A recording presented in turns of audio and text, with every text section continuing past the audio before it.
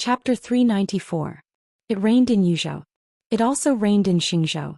The falling rain continued to spread over Xingzhou city, sprinkling all over the city and covering Mount Dibing. The emperor weapon cleaned up the dust in the mountain. The holy mountain in the rain was extremely green and bright. Wang Yuetong stood in front of the window and looked out. Her palace was very high. Standing in front of the window, she could see the vast palaces on Mount Dibing. Flowers, green trees and grass dotted the palaces. From her point of view, most of the flowers and trees on Mount Dibing were swaying in the wind and rain. The palace, which was as stable as a rock, was located here. Everything was extremely clear and layered. Wang Yuetong looked at the falling rain from the sky. It turned out that when a person stood on a high place, even the falling rain had a different style. Wang Yuetong looked at it for a long time. She suddenly felt that everything was so strange. Strange Mount Dibing, strange herself. This feeling was not joy or disgust, but pure strangeness, as if there was no place to live. The rain was falling quietly. Several statue-like figures stood in the rain under the palace, motionless. This was the 5th day of Wang Yuetong's house arrest. Her mobile phone was confiscated, the internet was cut off, and she lost all contact with the outside world. There was a small group of Heaven Punishment Troop guarding around the palace. In fact, Wang Yuetong had no chance to leave when any one of the Heaven Punishment Troop, whose average strength was at the peak of the fire-flaming realm, stood downstairs, not to mention a small group. Wang Tianzong put a small group here, which was enough to show his resolute attitude. August 1st. It was the 2nd day of the final maneuver. Wang Yuetong stared at the statue-like figures downstairs. In an environment where she could not maintain any contact with the outside world, Wang Yuetong did not even know the result of the maneuver. She only knew what her father said when he imprisoned her at that time. When the final maneuver was over, if Li Tianlong did not die, he would let her go. It was already afternoon. It was close to evening again. Wang Yuetong did not move. The watery and bright brilliance in her eyes gradually dimmed as time went by. Eventually it became cold and desperate. A slender figure holding an umbrella passed through the rain curtain and finally came to Wang Yuetong's palace.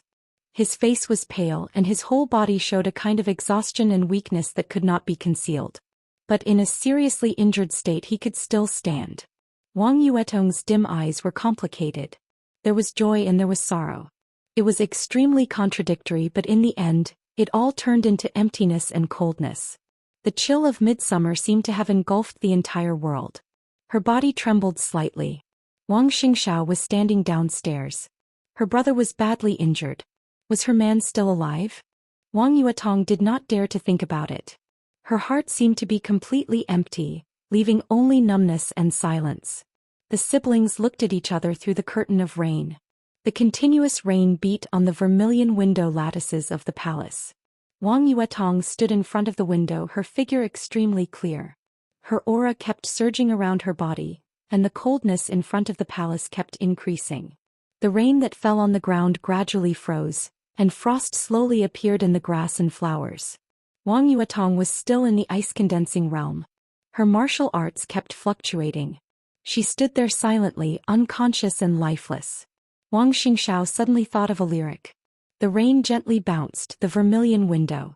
Who was it in the attic? Cold despair. The corners of his mouth curled up into a self-deprecating smile. The Heaven Punishment Troop under the palace saw Wang Xingxiao for the first time, and everyone bowed at the same time. Wang Xingxiao waved his hand and said softly, "Your task is done. Go back, I'll talk to Yuetong." A small group of Heaven Punishment Troop left with different expressions. Wang Xingxiao slowly walked into the palace and went upstairs. In the small hall on the 2nd floor, Wang Yuetong's figure was still with her back to him, motionless. Wang Xingxiao lifted the delicate food box in his hand and said softly, "I brought you your favorite soup dumplings. Won't you try them?" Wang Yuetong did not speak or move. "Father is back. The Heaven Punishment Troop has completed its task. From today on you are free." Wang Xingxiao continued. Wang Yuetong looked back and there was only a blank look in her eyes. Wang Xingxiao put the food box on the table with a bitter smile. He was silent for a long time before he continued, "I lost. Guhanshan Jiangshangyu and Song Xiai. Jiangshangyu plus Song Xiai, the 4 of us, together with hundreds of elites, lost without any face. Li Tianlan broke our strongest blow with only one sword move. Wang Xingxiao quietly talked about his failure. His eyes were also dim, but there was a glimmer of extreme persistence in them. Wang Yuetong's eyes also lit up. How are your injuries? She was silent for a while, then looked at Wang Xingxiao and asked softly. Not bad.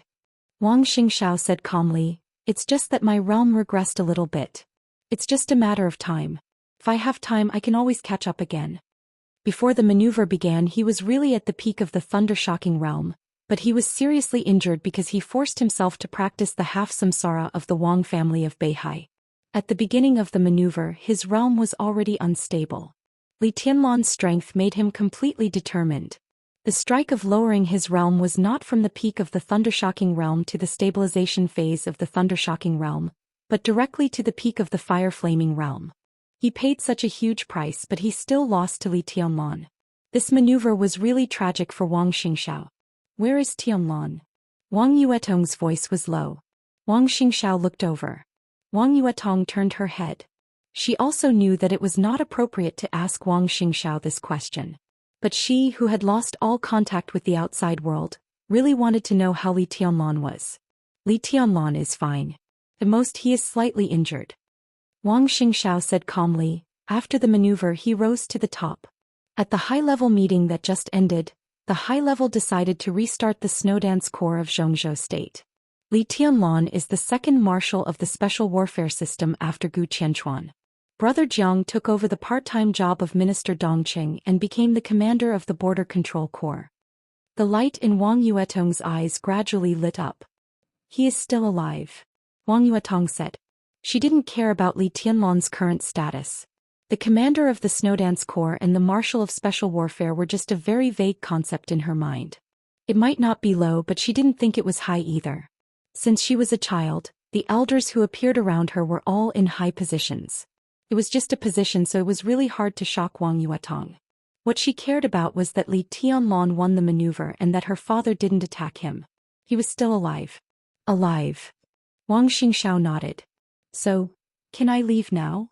Wang Yuetong asked. Yes. Wang Xingxiao sighed softly. He hesitated for a moment and took out 2 bank cards from his pocket. My father asked me to give you the black card. The gold card is mine. If you insist on leaving, take the card with you.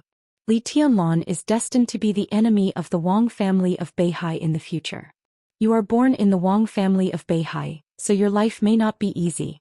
If you can be independent financially, you won't have to suffer too much in the future. Wang Yuetong looked at the 2 cards on the table. The gold card was the brother's doting on his sister. And the black card was undoubtedly the father's explanation to his daughter. Wang Yuetong suddenly laughed softly. She took out another card from her pocket and put it on the table. Wang Xingxiao frowned. He's my man. He should support me. Wang Yuetong said calmly, I will take the money of the Wang family of Beihai down the mountain and give it to Tianlan. If he doesn't feel comfortable accepting it, you won't feel comfortable either. In this case, it's better not to take it. The Wang family of Beihai and the East Emperor Palace should have a clear boundary in the future. It's better not to have so many entanglements. A clear boundary? Wang Xingxiao suddenly raised his eyebrows. Yuetong, you can't wait to draw a clear boundary with your family? This is not drawing a clear boundary. Wang Yuetong said softly, this is just my choice. Brother, our family is too big. I didn't think much before, but recently I suddenly found that in this family, everyone has a role, but I can't find my own position. I shouldn't continue to be willful. I won't come back until I have a position on this mountain. What position do you want? Wang Xingxiao said coldly. The hostess of the East Emperor Palace, the daughter of the Wang family of Beihai, and a friend of the Wang family of Beihai. Wang Yuetong looked at Wang Xingxiao and said softly and firmly, this is the most suitable position for me. Wang Xingxiao looked up at his sister. How is it possible? After a long time he asked back. Nothing is impossible. Wang Yuetong smiled faintly. Brother, what's your plan? Wang Xingxiao was a little stunned. 1 second ago he was worried about his sister's future, and the next second she was already worried about his future. Plan? He hesitated, shook his head and said calmly, I won't leave Beihai for the time being. I will recuperate here. After I recover, I will practice martial arts in seclusion. Wang Yuetong was silent. After a long time she said softly, "Then I'm leaving." "Walk around with me." Wang Xingxiao sighed softly. He walked to the window and looked out. His eyes were full of affection. "Let's look at Mount Dibbing." For a long time in his life he was destined to have only martial arts. For a long time in her life she was destined to have only that man. He would be silent. She would travel far. She would leave. As a member of the Wang family of Beihai, how could she not take a look at the magnificent mountains and rivers between the sky and the sea before leaving? Wang Tianzong didn't see his daughter again. Since he couldn't keep her, it didn't make sense to see her. He walked quietly on the path of Mount Dibbing aimlessly as if he was meditating. After the conferring ceremony in Yuzhou, Di Jiang was already in a military uniform. The martial rank was shining, majestic. He followed Wang Tianzong quietly, wanting to say something but stopping on second thought. "What do you want to say?" Wang Tianzong suddenly asked. "I'm a little confused. I hope Master can give me some advice. How should we deal with the Border Control Corps?" Di Jiang chuckled and said calmly. "The Black Dragon Battalion won't be a big problem. Qianzhong should be able to open up the situation quickly. Dongqing Wudi will soon hand over the Thunderbolt Battalion. This is a troop directly under your command. Fill it with people from the Beihai Corps. The Wild Sand Battalion and the Pegasus Battalion can be put aside first. At present the most important thing is the Blood Battalion. They are close to Tianan and their position is very sensitive. If we can control the Blood Battalion, it will be very beneficial for us to open up the situation in Tianan. Tianan is indeed very important. The Dongqing clan has also realized this. Some time ago Wang Wantian was transferred to the Eastern Theater of Operations, and Dongqing Wudi put Thunder God in the Blood Battalion. They are obviously unwilling to give up the right to speak in the Blood Battalion. Di Jiang said subconsciously. Wang Tianzong's body suddenly stood still. "What did you say?" he asked suddenly. Di Jiang was a little confused. "I said the Dongqing clan will not easily give up the Blood Battalion." That was not what Wang Tianzong wanted to hear. But all the veins in his mind suddenly became extremely clear. The Dongqing clan, Li Tianlan, the Li family, Ning Ziyuan, the Tianan Freedom Corps, the Purgatory of Heaven capital. Everything that had been in front of him had now become a line in front of him without warning.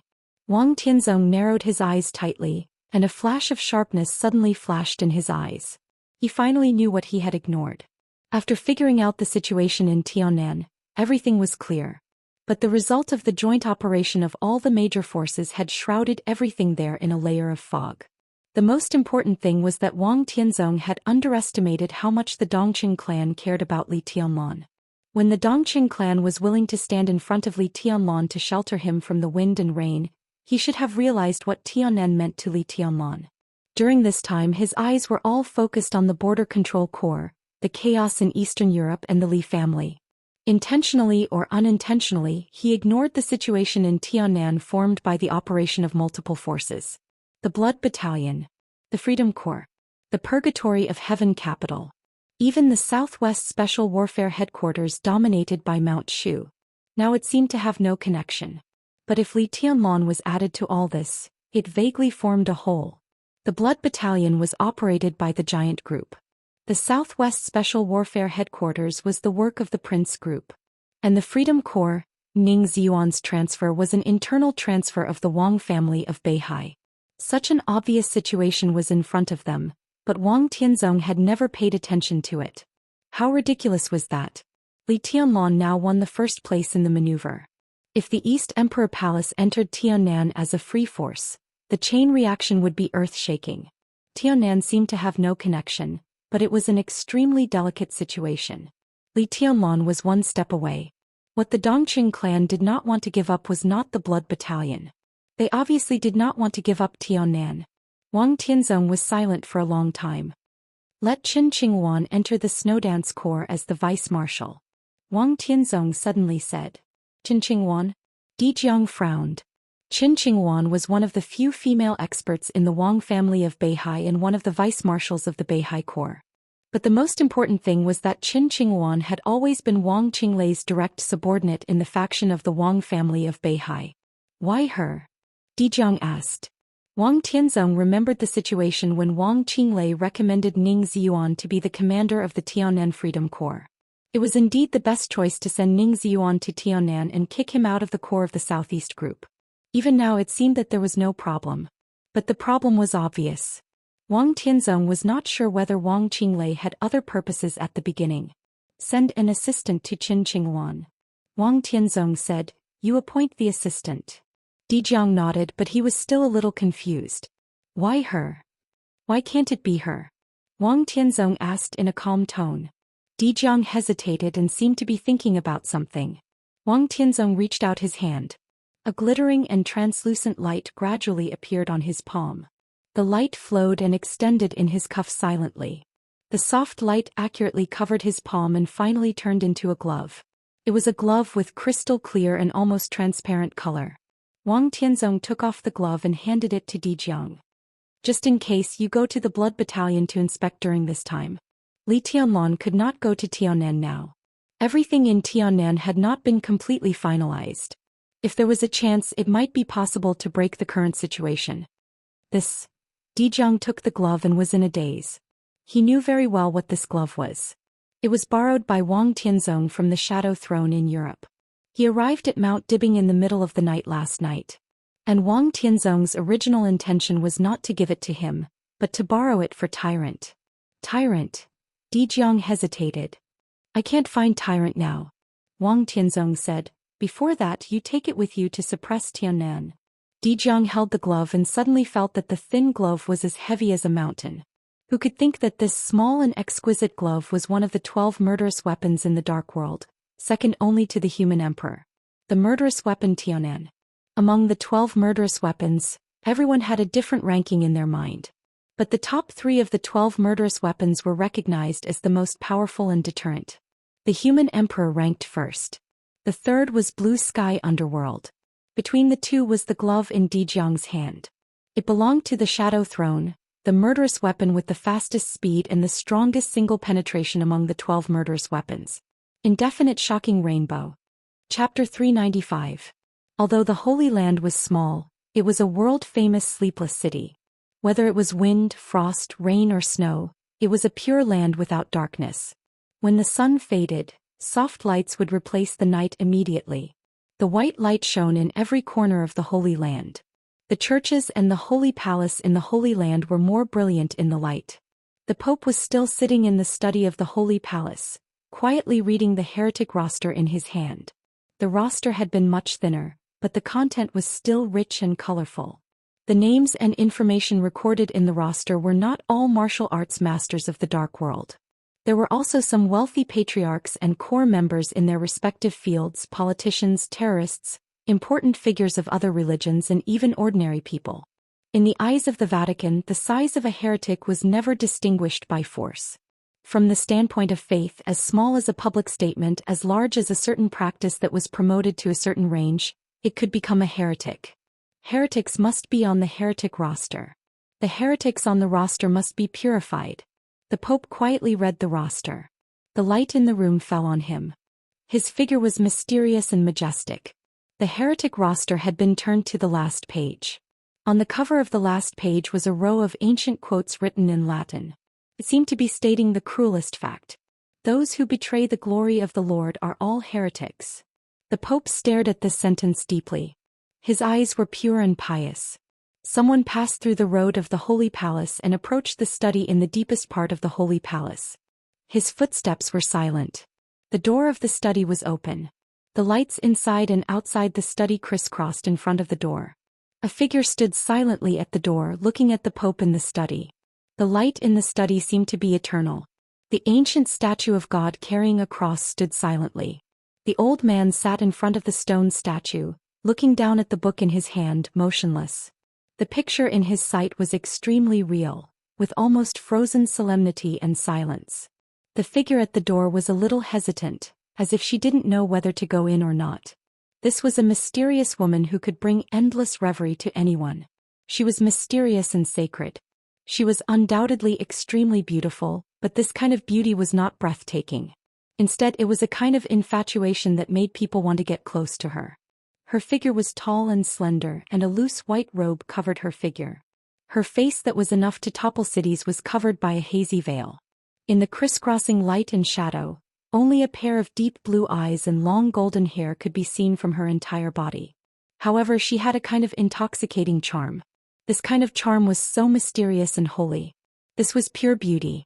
One didn't need to see her face. Just a pair of eyes was enough to cause people to sink in and be unable to extricate themselves. She stood in front of the door like the bright moon in the sky covered by the lights, bright and gentle. The Pope remained seated, his head lowered as he stared at the roster in his hands. He didn't move at all, but the sound of pages turning suddenly rang out in the study. There was only the Pope in the empty study room.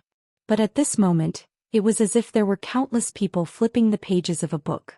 Some were fast, some were slow, some were light, and some were heavy. The sound of paper flipping was soft and messy, making people dizzy. "You found me," the woman covered in a white robe and veil from head to toe said softly. Her voice was elegant and melodious, with a very intimate and friendly quality. "You didn't find me." The light in the study room seemed to shake quietly. The study room was still the study room. The Pope was still sitting there. But another Pope suddenly appeared in front of the bookshelf in the study room. He lowered his head and gently flipped through a thick Bible in his hand. "Angel, your heart is in a mess. Can you tell me why?" The Pope lowered his head and flipped through the Bible, speaking softly. "In the Holy Land of Europe there was only one angel. She had no surname. In the hearts of more than 1 billion believers of the Vatican, she was bathed in the glory of God and was the child of God. The current Holy Virgin of the Vatican. Saint Angel. In the Vatican, her status could be said to be second only to the Pope and even higher than the major cardinals." "No." Holy Virgin Angel shook her head and her tone was a little sad. "I just thought of the chaos in Eastern Europe, so many innocent people. I am praying for the people of Eastern Europe." The light was slightly distorted. The Pope in the chair was still staring down. The Pope in front of the bookshelf was still flipping through the book. In front of the statue, another Pope suddenly appeared. He knelt in front of the statue and made the sign of the cross. His tone was distant and deep. "Where heretics and heathens gather, there will always be darkness and blood. God said that I allow darkness to exist. But darkness can never be above light." The Pope stood up. He looked at Holy Virgin Angel and said meaningfully, "Who will cherish light without experiencing darkness?" The Holy Virgin was silent. After a long time she walked into the study room and whispered, "I will remember your teachings." In the study room, the 3 popes in different postures still maintained their movements, staring, reading, and contemplating. They were lifelike and it was difficult to distinguish the real from the fake. "What is heresy?" The Pope pondered for a long time before suddenly asking softly. Angel was stunned and replied almost instinctively, "Those who betray the glory of the Lord are all heresy. Some people shout the name of the Lord but choose a different direction from the Lord. They will go to hell and their end will inevitably be according to their actions." The Pope's voice was still gentle and kind, but his figure was extremely cold in front of the statue. "They should all be judged." Angel bowed slightly and said calmly, "They should all be judged. Go to Eastern Europe." The Pope said, "Angel, bring your holy punishment priest. Cooperate with the saint warriors of Arcis to purify the darkness there and sprinkle the glory of the Lord in all corners of Eastern Europe. Heresy needs to be judged, and those who are false believers who have distorted the glory of the Lord should also be judged." "This is my duty," Angel said softly. The internal structure of the Vatican was simple and clear. The group of bishops, which often appeared in front of the world, was headed by red-robed archbishops. Chief bishops, diocesan bishops, archbishops, bishops and priests were all members of the group of bishops.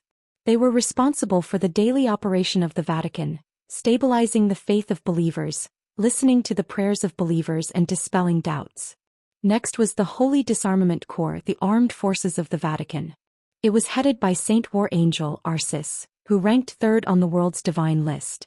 Its main responsibility was to maintain the dignity and glory of the Vatican and to judge heresy. Its main responsibility was to fight. This was an elite force selected from more than 1 billion believers in the world. They were also fanatics in the Vatican. Most of them would not be stationed in the Holy Land, but scattered all over the world. Where there was a cross, there was the Holy Disarmament Corps.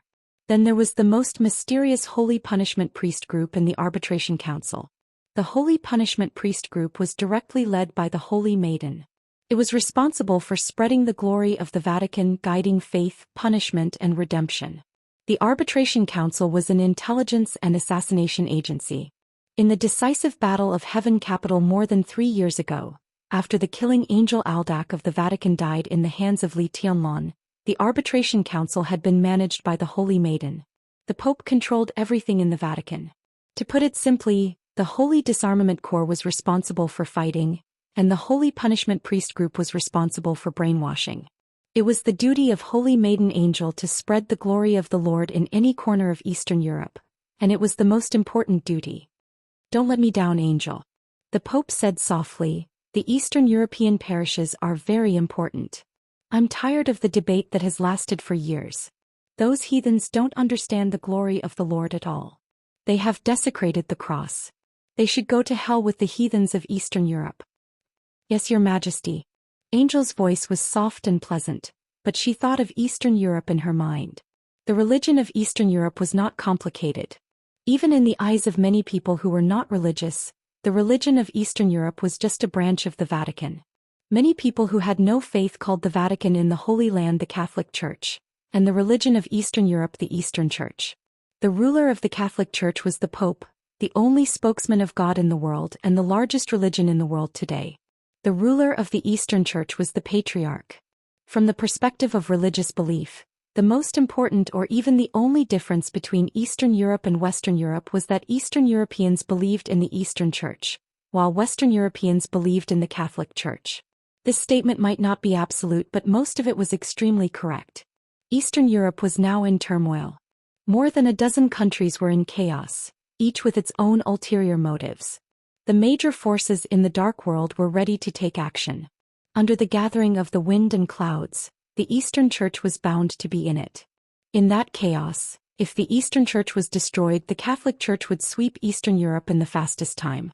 Once the Eastern European diocese was established, the power of the Vatican would expand again, and they could even try to re-establish the great East Asia diocese they had planned to establish in East Island more than 3 years ago. The establishment of each diocese represented the expansion of the glory of the Lord, as well as infinite interests and power. Eastern Europe was chaotic, but the Vatican liked the current Eastern Europe very much. So they would be more chaotic next. There were countless unstable factors: competition for interests, entanglement of grievances, conflict of beliefs, political differences. There would be wars there, the most complicated wars. Angel didn't know how long the Pope had been watching Eastern Europe, but she was sure that the Samsara Palace was not the only superpower that chose to cooperate with the Vatican this time. Therefore, the chaos in Eastern Europe might have an unexpected result in the end. Angel's heart was a little confused, but she was smiling like a flower. She walked up to the Pope, who was sitting in the chair and staring down, and took the heretic roster from his hand. She stared down at the roster that had been turned to the end and looked at the summary. Those who betrayed the glory of God were all heretics. But the last page of the register was not blank. There was also a name there in both Chinese and English. In the Pope's mind, it was also a heretic, but there was little information. Angel saw a strange name that was a little hard to pronounce. Dongqing Rushi. Angel blinked and glanced at the lifelike Pope sitting in the chair. The 3 popes were doing different things. She didn't know which one was real and which one was fake. She also didn't know what the Pope had just stared at. It was the summary at the end of the page, or Dongqing Rushi. Angel thought quietly. She was good at thinking, so she looked very focused. The light in the study flickered. Angel's shadow was printed on the wall, very slender. "I hate shadows," the Pope suddenly said, "because it's darkness. Darkness is sin." His voice was calm and sure. The look in Angel's eyes changed quietly. She raised her head and stared at the Pope. "But shadows always exist, don't they?" "Of course not." The Pope smiled. He moved his body. The light fell on him and there was no shadow under his feet. Angel's shadow reflected on the wall also began to disappear gradually. There was only light left in the whole study. "That's much better, isn't it?" the Pope said with a smile. "This is deception." Angel looked at the Pope. Everyone knew that the Pope did not know martial arts, but few people knew that in the spiritual field, the Pope was an absolute guru. As the God in the hearts of more than 1 billion believers, the Pope could not find an opponent in the spiritual field. This meant that his will was absolutely strong, and it also meant that he was the most terrifying hypnotist in the world. He could not find an opponent at all. The Holy Palace, the Holy Church, and even the entire Holy Land could be regarded as the Pope's home field. The Pope did not want Angel to see her own shadow, so Holy Virgin Angel could not see it. Just like the three popes in front of her. As a master in the spiritual field, the Holy Virgin could not tell the truth from the falsehood. The Pope whispered, "This is faith. Only light is the most sacred substance. Darkness is not, and neither is shadow." But the shadow actually exists. It was rare for Angel to be persistent. It does exist. The Pope looked at Angel thoughtfully. "I allow the shadow to exist in the light of the Lord, although I don't want to see it. But the shadow that the light of the Lord can't shine on is fallen and should be purified." Angel's face suddenly turned pale. "The Arbitration Council still lacks the most suitable candidate," the Pope suddenly said. Angel's delicate body trembled slightly. She lowered her head and said with unprecedented respect, "I know what to do." An ancient bell suddenly rang in the Holy Palace. The bell was mellow and deep, spreading throughout the Holy Land. The light in the Holy Land became more and more dazzling.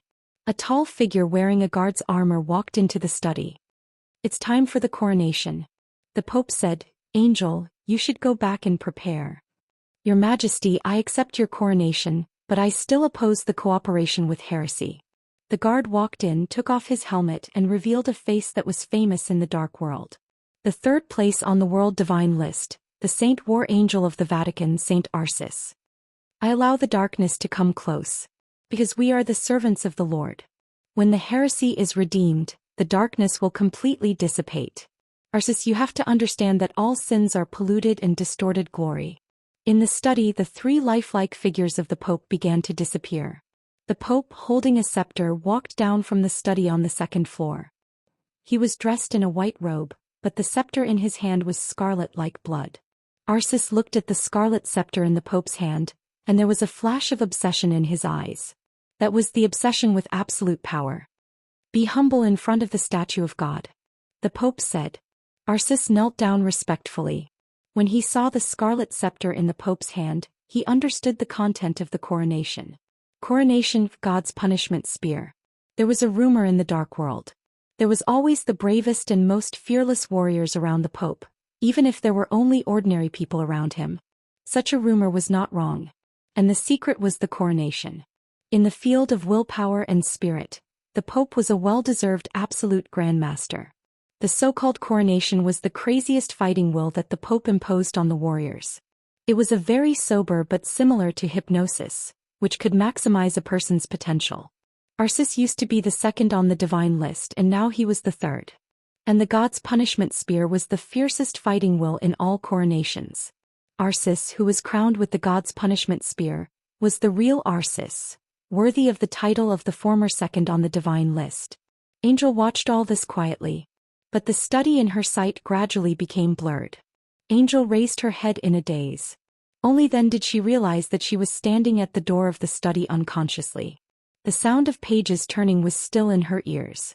In the study in her sight, the Pope sat in a chair, staring at the roster in his hand.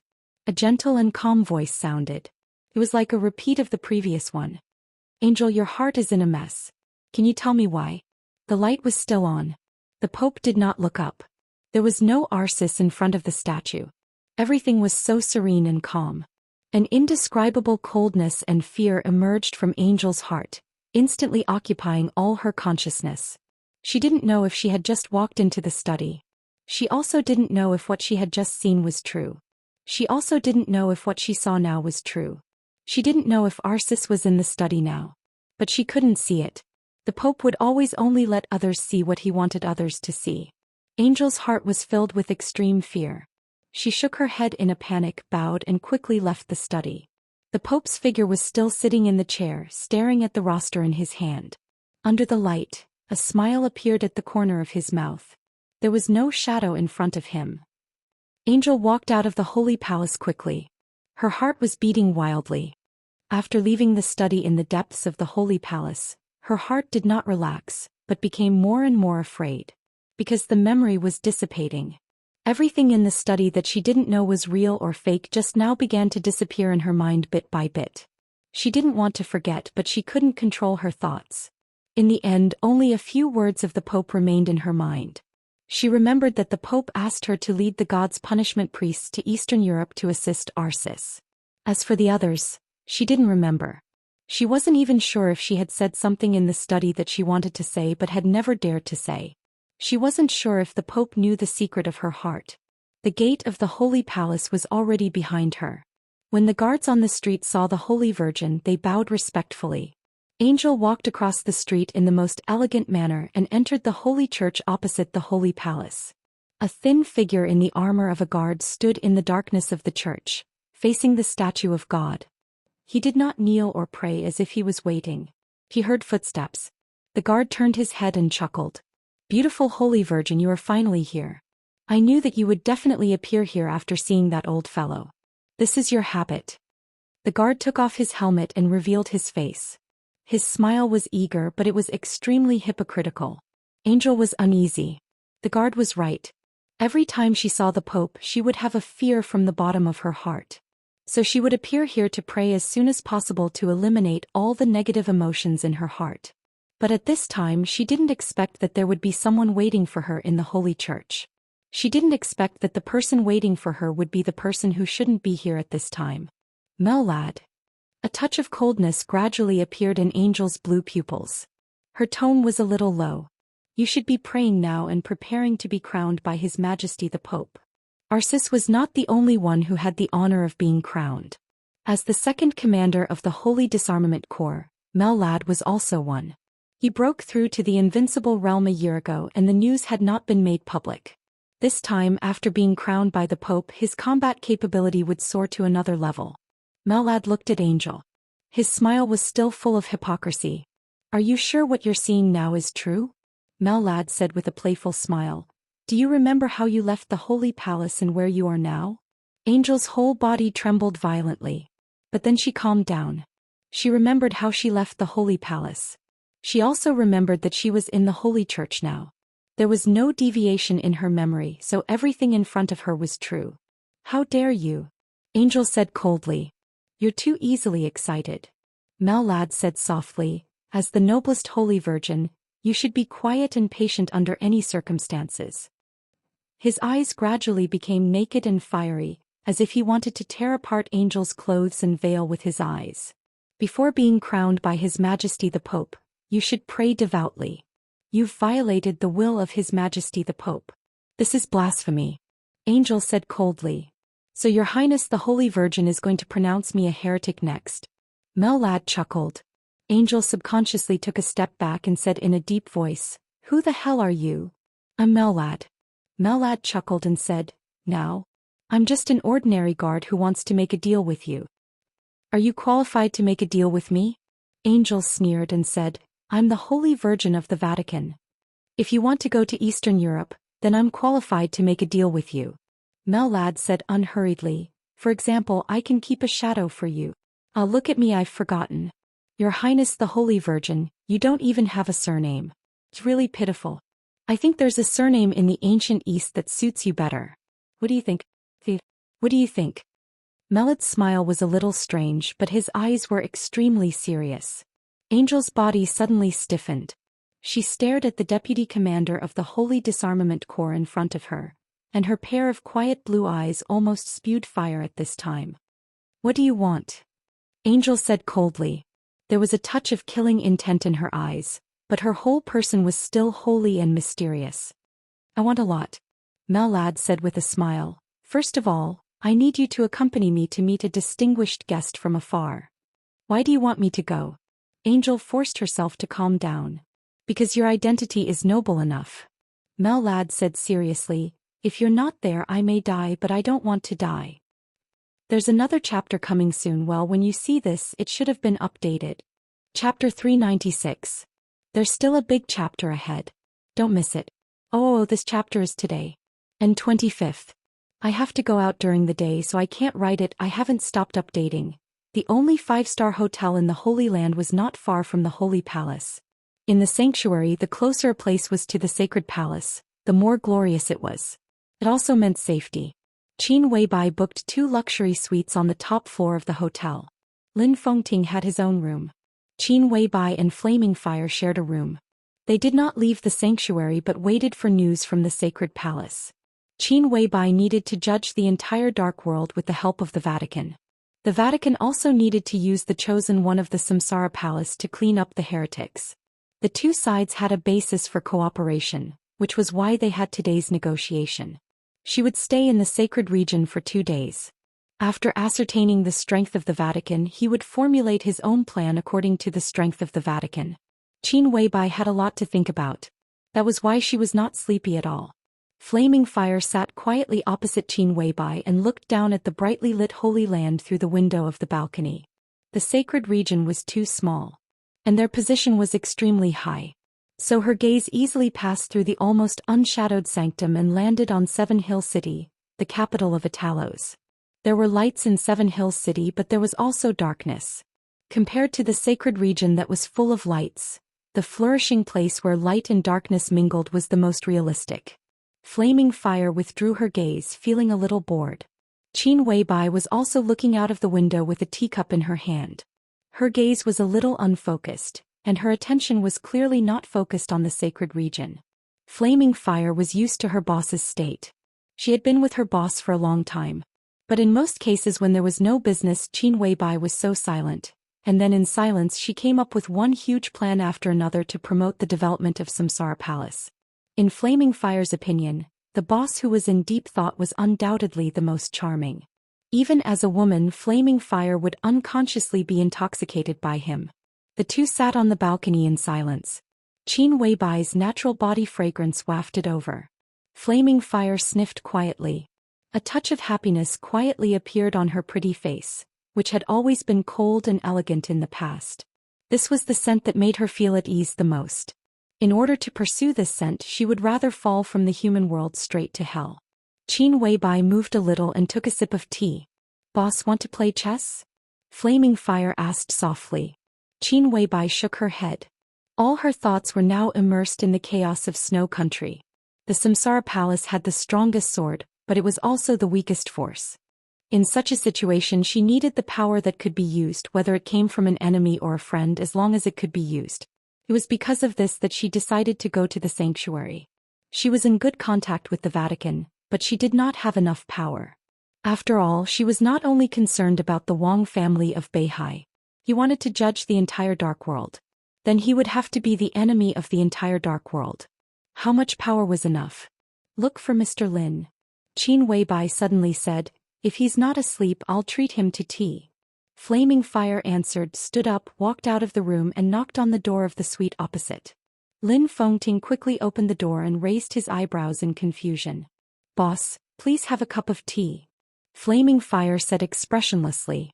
Lin Fengting was really good-tempered. He smiled and nodded. He followed Flaming Fire into the room and sat down opposite Qin Weibai. "Can't sleep?" he asked with a chuckle. "Isn't it the same for Mr. Lin?" Qin Weibai smiled and handed Lin Fengting a cup of tea. The tea was ordinary and tasteless. Lin Fengting wanted to smoke, but he resisted. He shook his head and said with a smile, "I'm your bodyguard this time." A bodyguard should have the consciousness of a bodyguard. People always say that the Pope doesn't know martial arts, but today I see that the old man is not simple. He's even dangerous. Now that I'm so close to him, how can I sleep well? The Pope really doesn't know martial arts, Qin Weibai said calmly. Lin Fengting raised his eyebrows, picked up the teacup and said nothing. But not knowing martial arts doesn't mean that he's not dangerous. Qin Weibai said softly, "In the spiritual field he's a well-deserved god, the strongest hypnotist, and no one can match him." Hypnosis? Lin Fengting had a headache. The ancestor of the Lin clan once had an amazing hypnotist. This kind of person could not know martial arts, but sometimes he was more terrifying than any expert. That kind of unpredictable weirdness was more helpless than fighting with real knives and guns. The strongest hypnotist? Didn't that mean that even an invincible realm expert could fall into it if he was not careful? Is he a threat to people like us? Lin Fengting asked in an incredulous tone. The tenacity of the willpower at the peak of the invincible realm was completely impeccable. The spiritual field? How could their spirits be worse than others when they could reach the peak of the invincible realm in martial arts? It shouldn't be. Qin Weibai shook her head. You have to see him with your own eyes. In the face of an expert at the peak of the invincible realm, he shouldn't be able to do too much, unless you are willing or in a seriously injured and unstable state. But in the Pope's state, it's extremely difficult for an expert like you to kill him. We just saw him at noon. Lin Fengting reminded her with a stiff expression. It's fake. Qin Weibai shook her head. We didn't even go into his study at noon. The corner of Lin Fengting's mouth twitched fiercely. Isn't that the same as being fooled? Lin Fengting said helplessly. He can confuse you but he can't threaten you. I can barely protect myself in front of him. But it's impossible for me to do anything to him. Anyway, this kind of person is not to be trifled with. He is the Pope, a deity who can be said to be the largest force in the world. How can he be ordinary? Just try not to get in touch with this kind of person in the future. Qin Weibai smiled. Lin Fengting narrowed his eyes and nodded. You called me here just to talk about the Pope? He asked. Oh. Qin Weibai shook her head and seemed to be a little hesitant. Lin Fengting looked at Qin Weibai quietly and waited for her to continue. The Pope can't be trusted. Qin Weibai said, the power of the Vatican can be used, but at critical moments, we still need to rely on the most trustworthy power. I don't have enough power in my hands. Lin Fengting's eyes remained unchanged and he looked at Qin Weibai quietly. I want to borrow troops from the Lin clan. Qin Weibai whispered. Lin Fengting was silent. Qin Weibai also fell silent. How many people? Lin Fengting suddenly asked. 300 people. Xianyuan sword. Qin Weibai didn't look at Lin Fengting. She just quietly looked at the teacup in front of her. Xianyuan sword was not a sword. It was the most elite super troop of the Lin clan. Its average strength was at the peak of the fire-flaming realm. It was a super elite enough to compete with the Heaven Punishment Troop of the Wang family of Beihai and the Holy Disarmament Corps of the Vatican. 300 people were all the Xianyuan sword had. It was one of the trump cards of the headquarters of the Lin clan. In recent decades, it had been replaced by several generations but it had never been used. If such a force was controlled by Qin Weibai, it could completely make up for the largest group of elites that the Samsara Palace lost in Snow Country, and the overall strength would be much higher than before. Lin Fengting was silent for a long time. The atmosphere was so oppressive that it almost froze. Do you remember what I said before? Lin Fengting suddenly asked. The Lin clan doesn't enter the secular world? Qin Weibai asked. Oh. Lin Fengting shook his head. I invited you before. Qin Weibai fell silent. After Snow Country, I hope you can control the Lin clan for me for 20 years. The master of Samsara Palace refused and you didn't reply. Lin Fengting said. He emphasized the words, Master of Samsara Palace. Qin Weibai was still silent. If I can live. After a long time Qin Weibai said softly. It's my business whether you can live or not. Lin Fengting's eyes were resolute and he said meaningfully, I will do my best. It's your business whether you want to live or not. Qin Weibai's face was a little pale. There were countless people in the world who were unwilling to face the world. There were only two extreme reasons. Because the world was too cruel. Because the world was too warm. If you tell Tianlong some things he may not blame you and you will not become enemies. Lin Fengting said calmly. Do you believe what you said? Qin Weibai looked up at Lin Fengting. Lin Fengting was silent. He really didn't know whether he believed it or not. If he couldn't figure it out he would not think about it. Lin Fengting asked simply, Are you willing to do it? Qin Weibai was silent again. After a long time she nodded. She took a deep breath and said, Yes. She didn't say whether she was willing or not. He just said yes. Lin Fengting laughed. He took a pendant from his neck. The pendant was scarlet and small in the shape of a sword. Put it on. Lin Fengting said, Remember your promise. Qin Weibai took it and whispered, The Xianyuan sword. Don't ask me. Lin Fengting shook his head, lowered his head to drink tea and said flatly, From now on, you are the patriarch of the Lin clan. There was one thing he didn't say. But Qin Weibai already understood. The patriarch of the Lin clan could mobilize more than the Xianyuan sword. Thank you. Qin Weibai held the pendant tightly in her hand. Lin Fengting shook his head. If you think you owe Tianlong then the Lin clan owes you. You don't have to thank me.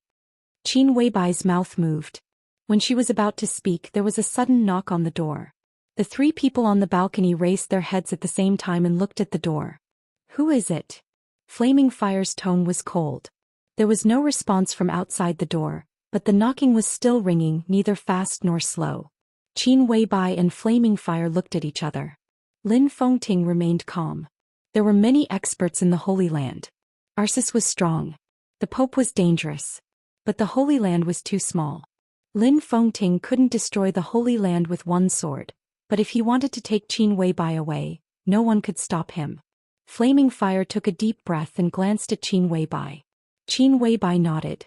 Flaming Fire walked over, opened the door calmly and raised her eyebrows slightly. A woman in white stood quietly outside the door.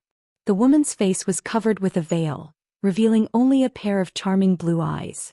She was followed by a guard of the Holy Palace wrapped in armor, who seemed to be protecting her. Flaming Fire frowned slightly. "Let me introduce myself."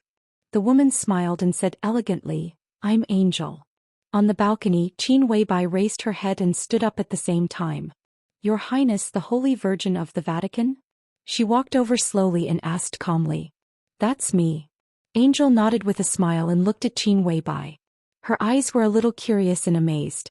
"Come in." Qin Weibai's tone was brief. Angel walked in slowly and so did the guard beside her. Qin Weibai frowned. As the Holy Virgin of the Vatican, she was visiting others in the Holy Palace. Even her bodyguard followed her in. Was she being overly cautious? Or was it something else? Whatever the reason, she couldn't see Angel's sincerity. "What's the matter?" Qin Weibai asked. Angel's face also became cold. "I have nothing to do." She took a step to the side and pointed to the guard who came in with her. "He's looking for you." Qin Weibai was stunned and looked at the guard beside Angel. Before she could figure out what a guard who could trouble the Holy Virgin to lead the way in person meant, the guard standing quietly in the room had already laughed. His smile was low and evil, hoarse like a night owl. Qin Weibai's bright eyes narrowed slightly and she said calmly, "Take off your helmet." "Of course." The guard smiled and said, "This is the minimum sincerity." The Holy Virgin Angel looked blank. But Qin Weibai was a little surprised. The guard spoke Chinese and his pronunciation was perfect without any awkwardness. But under the helmet was a very standard white face. This was a middle-aged white man about 40 years old. He had fiery red hair and a tough face. He was a well-deserved middle-aged handsome man. Qin Weibai knew this person. So she was a little surprised. Because in the information she had, the person in front of her didn't know Chinese. "Malad?" she asked in a low voice. She felt a little strange in her heart. It was a feeling that things were gradually getting out of control. It was very annoying. She didn't like it at all. "Oh, you really know my identity." Melad smiled very happily and his eyes looked extremely eager. "You are my goddess, one of the ladies I respect most." Qin Weibai said calmly, "Your identity? Does the second chief Melad have another identity?" "This is a secret. But I don't mind sharing it with you." Melad chuckled. He glanced at Angel and said, "The Holy Virgin's acting skills are very good. You must not know that the Holy Virgin's Chinese is very good, but I don't mind. Let me introduce myself. I'm Melad, the second chief of the Holy Disarmament Corps of the Vatican. But I still like my other name or code name." Melad laughed and looked proud. "My name is Disciple." "Disciple?" Qin Weibai narrowed her eyes tightly. "Who's Disciple?" "Of course, it's His Highness Disciple." Melad laughed. "Which Highness?" Qin Weibai asked in a low voice. "A Highness who wants to cooperate with you," Melad said seriously. Qin Weibai laughed. Qin Weibai laughed. Her face was sharp and delicate and her eyebrows and eyes were cold. As the corners of her mouth rose, her whole person carried a kind of lofty arrogance. "So, your Highness doesn't have a name? You know him. He's not your enemy, but it's not convenient for him to reveal his name." Melad said. "You're playing tricks." Qin Weibai turned directly and said in a flat tone, "Flaming Fire, see the guest out. You shouldn't question my sincerity." Melad looked at Qin Weibai's back. "You have tried many people in the Holy Palace. This makes me sure of your purpose. If you really want to trace a list from many years ago, my Highness can provide it to you." He paused. "It's at least 80% of the list." Qin Weibai did not turn around. But everyone present could feel that her body was slightly tense, and it had been tense to the limit. Mellad grinned. My Highness once talked about a friend. He said that she was a very strange person. She abandoned time in the most beautiful period of her life, but she didn't give up day and night. I don't, Mr. Lin. Qin Weibai turned around in an instant. Kill him. Her tone was unprecedentedly sharp, and there was a touch of madness in her eyes. Lin Fengting did not hesitate. He was the former patriarch of the Lin clan. The former patriarch was also a member of the Lin clan. And now it was the acting patriarch of the Lin clan who wanted to kill him. In an instant, sword light appeared in the living room with soft light. The sword light was dazzling. Melit's expression changed dramatically, and his whole body shook violently. The domain of the invincible realm appeared in an instant. The whole living room was completely frozen. The living room was extremely quiet. But the sword moved extremely fast. The surging sword light condensed into one point, and a bolt of lightning suddenly appeared in the frozen space. The extremely sharp sword light tore the domain apart in an instant. The sword intent surged in the broken domain, but it did not overflow at all. Instead, it circulated repeatedly around the sword edge as if it was superimposed. In the blink of an eye, the sword in Lin Fengting's hand was several times more terrifying than when he had drawn it out. The sword edge pierced straight into Melit's chest. Mellad suddenly let out a low roar. He put his palms together in an instant. The sharp peak in Lin Fengting's hand paused slightly. Melit's entire body flew out and smashed hard against the wall. The whole floor shook with a loud bang. Lin Fengting's eyes narrowed tightly. He didn't use all his strength in this sword strike, so it didn't cause much serious damage. But this didn't mean that this sword strike wasn't strong.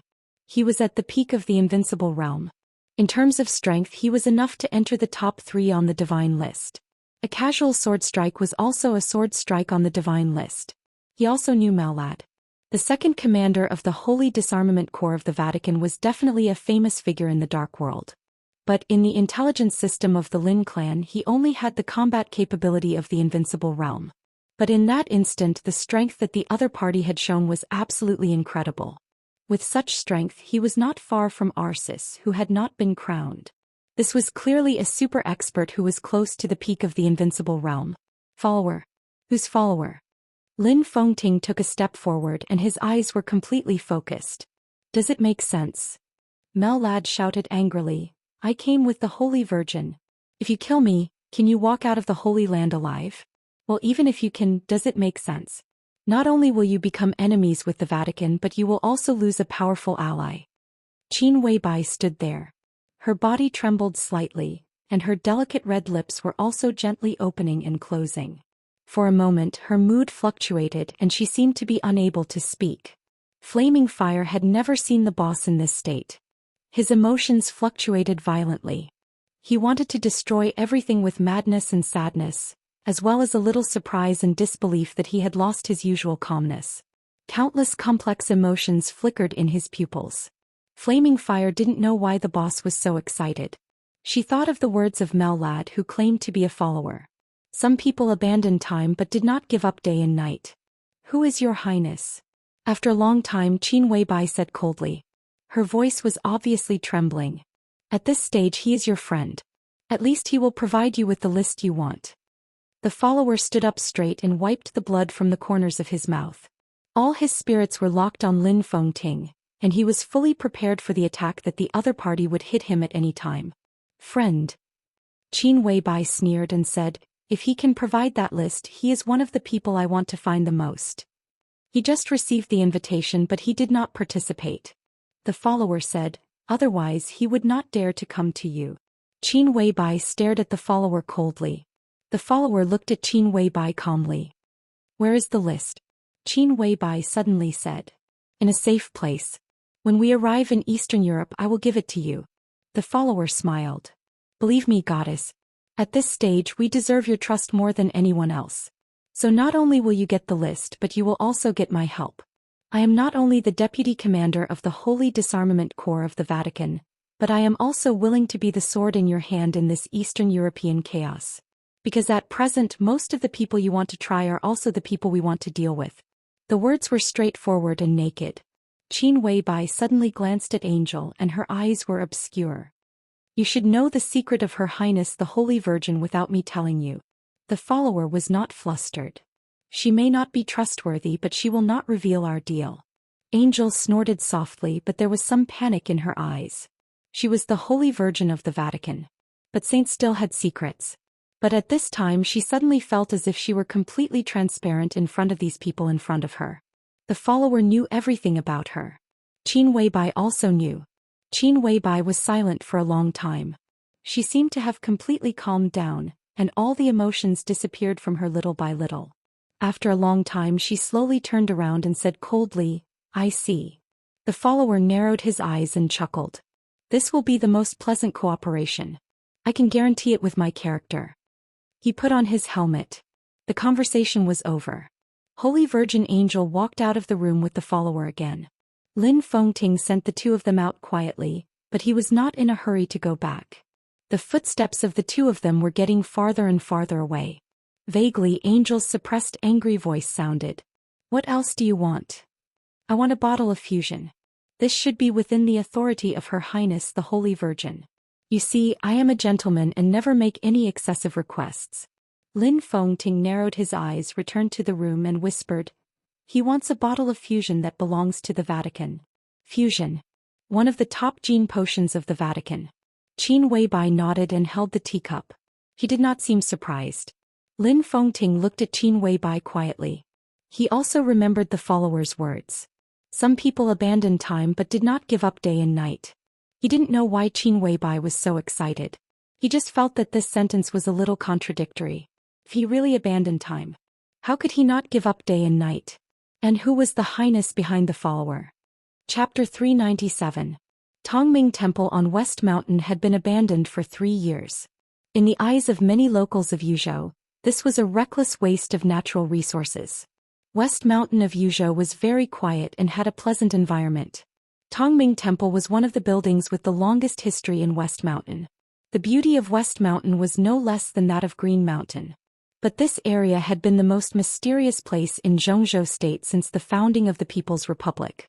It was conservatively estimated that there were at least 20 military bases with different functions in the entire West Mountain. The famous Eastern Excalibur Special Brigade of the Central Theater of Operations of Zhou State was stationed here. This was the mysterious and iron-blooded West Mountain. A few years ago, Tongming Temple was one of the few tourist attractions in West Mountain.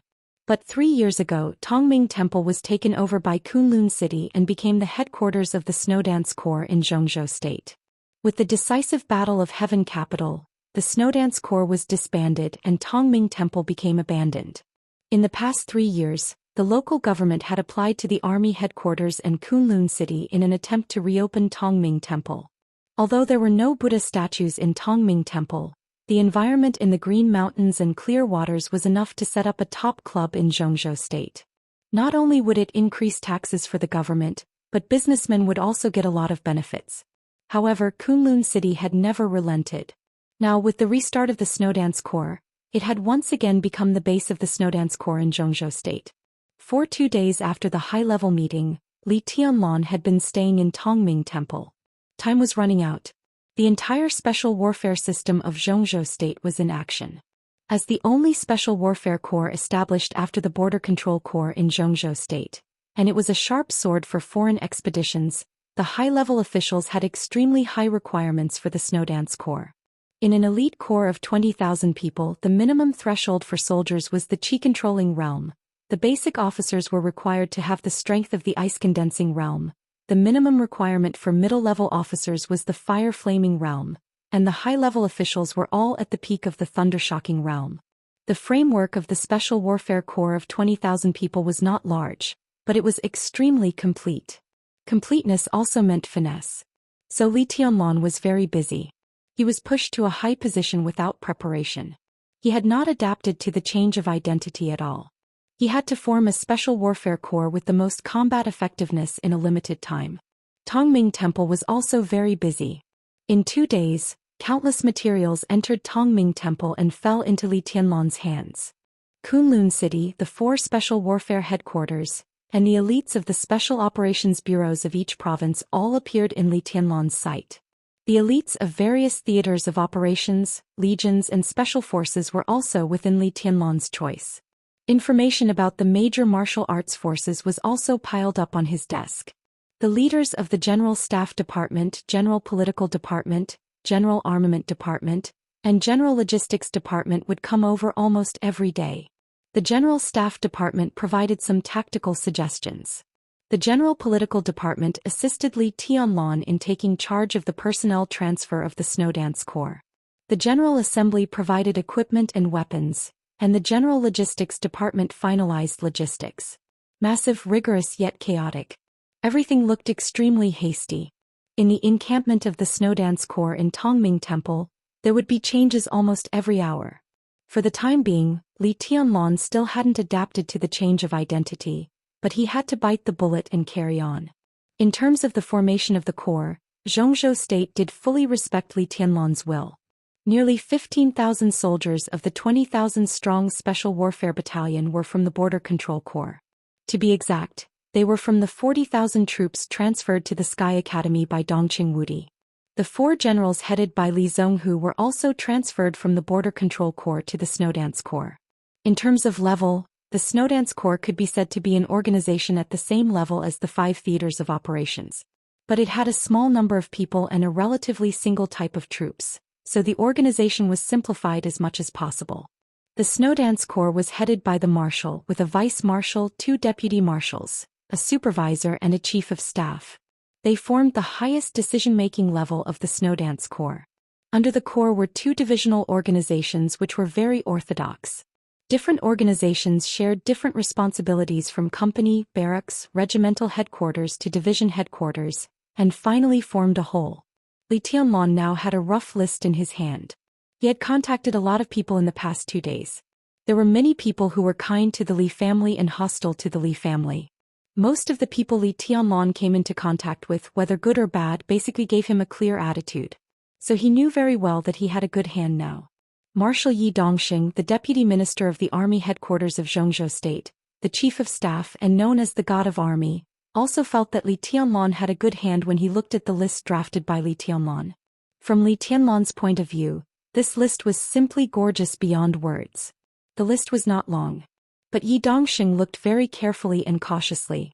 In the office of the army commander of Tongming Temple, everyone looked carefully and cautiously. Li Tianlan, dressed in a decent military uniform and with the rank of marshal, sat behind the wide conference table. He quietly observed the big shots in the conference room and patiently waited for their reaction. Yi Dongxing, the minister of the general staff, represented the Southeast Group. Fang Wenxi, the minister of general political affairs, represented the Prince Group. Sun Jiyu, the minister of defense, represented the Special Warfare Group. Hua Qingfeng, the Minister of Security of Zhou State, represented the academics. The northern faction still stayed out of it. Li Tianlan represented the giant group. The representatives of the 5 groups were silent. There was not much time. The preparation of the Snowdance Corps had reached the final stage. Li Tianlan, the army commander, drew up a list. The 4 big shots who assisted Li Tianlan in establishing the Snowdance Corps were responsible for approving it. If the opinions of the 5 people reached a consensus, they would report it to the army headquarters and Kunlun City at the same time. The army headquarters and the special warfare system would hold an internal meeting to confirm the list and report it to the cabinet and the Hidden Dragon Sea for final confirmation. Yi Dongxing read the list in his hand bit by bit. There were too many names on the list that he was familiar with. Cool Breeze, Drifting Cloud and Deep Dream of Sai City. Han Chongyang, the Yin and Yang Sword Master of Mount Shu. Yun Qinshi, the Phantom Sword Master.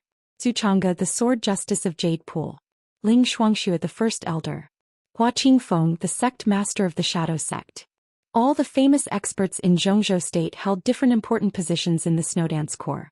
It was foreseeable that once these people joined the Snowdance Corps, they would definitely stand on Li Tianlan's side. Cool Breeze and Drifting Cloud were both candidates for the deputy commander of the Snowdance Corps. The candidate for the chief of staff was Han Chongyang, the sect master of the Shadow Sect. There were 6 people at the highest decision-making level in the Snowdance Corps. But after entering Eastern Europe there were 7 people. There was also a general of the giant group, Qing Huaining, the current commander of the Arctic Ocean Command. Among the higher-ups, Li Tianlan would have an absolute advantage. At the grassroots level, nearly 3/4 of the soldiers came from the Border Control Corps. Now it had only been 2 days since the final maneuver. No one would forget the scene of 40,000 troops kneeling on one knee to Li Tianlan at the same time after the maneuver. This was indeed a good hand. As long as Li Tianlan was not stupid, his authority in the Snowdance Corps would be unshakable. This also showed that when Dongqing Wudi and Wang Tianzong sat at the gambling table, the giant group Jade Pool and Sai City had all clearly taken sides. And Mount Shu and the academics also supported part of the power. Yi Dongxing's face was calm, but there was a little surprise in the depths of his eyes. He waved the list in his hand and said with a smile, "Your Highness has thought it through. I agree with this list. Marshal Yi is known as the god of army. I feel at ease to get your affirmation." Li Tianlan chuckled, but his eyes were indifferent. "I agree with this list too." Hua Qingfeng, the Minister of Security of Zhou State, smiled and was the second to express his attitude. He was the candidate for the Chief of Staff of the Snowdance Corps. As one of the core forces of the academics, the sect master of the Shadow Sect personally joined Li Tianlan's Snowdance Corps. The support of the academics was great. The other two frowned slightly, hesitated for a moment, and finally nodded without saying much. In the discussion of the 5 people, 3 of them had already made their attitudes clear. Even if they had different opinions, it was useless. "I will collect some opinions from within the Snowdance Corps, sort them out and report them to the army headquarters and Kunlun City together with this list." Fang Wenxi, the Minister of the General Administration, stood up and smiled. "Your Highness, if there is no accident, the Snowdance Corps can be completely determined tonight." Li Tianlan nodded, stood up and reached out his hand. "Thank you, Minister Fang." Fang Wenxi shook his head, shook hands with Li Tianlan and turned to leave first. Yi Dongxing narrowed his eyes and chuckled. "Your Highness's courage and spirit are really amazing." Li Tianlan glanced at him and said indifferently, "Marshal Yi, do you have anything to teach me?" Yi Dongxing wanted to say something but stopped on second thought. Finally he smiled and said, "It's just a sigh." He looked at Li Tianlan with a complicated look in his eyes. Those who knew Yi Dongxing's upward trajectory knew his story. The Yi family of Yuzhou was a well-deserved wealthy family in Zhou State. In Yuzhou, it was one of the few behemoths whose foundation could be compared with the Bai family. In the past hundreds of years, it was a wealthy family that had produced more than one president. It had always been in the first-line sequence of the Southeast Group. It had always had a close relationship with the Wang family of Beihai, advancing and retreating together. But as for Yi Dongxing himself, he was a capable man cultivated and promoted by Li Honghe. He respected and admired Li Honghe, but his personal relationship with Wang Tianzong was also deep. The contradiction of personal feelings. The contradiction between his personal position and the family position suddenly became extremely clear after the collapse of the Li family. No one knew if Yi Dongxing had experienced a struggle in his heart, but his current position had already explained his choice. Yi Dongxing felt helpless. For many years he had been standing by Wang Tianzong's side. But every time he saw Li Tianlan, he would still think of Li Honghe's cultivation and promotion of him in those years. He wanted to remind Li Tianlan of something, even if it was only a few words.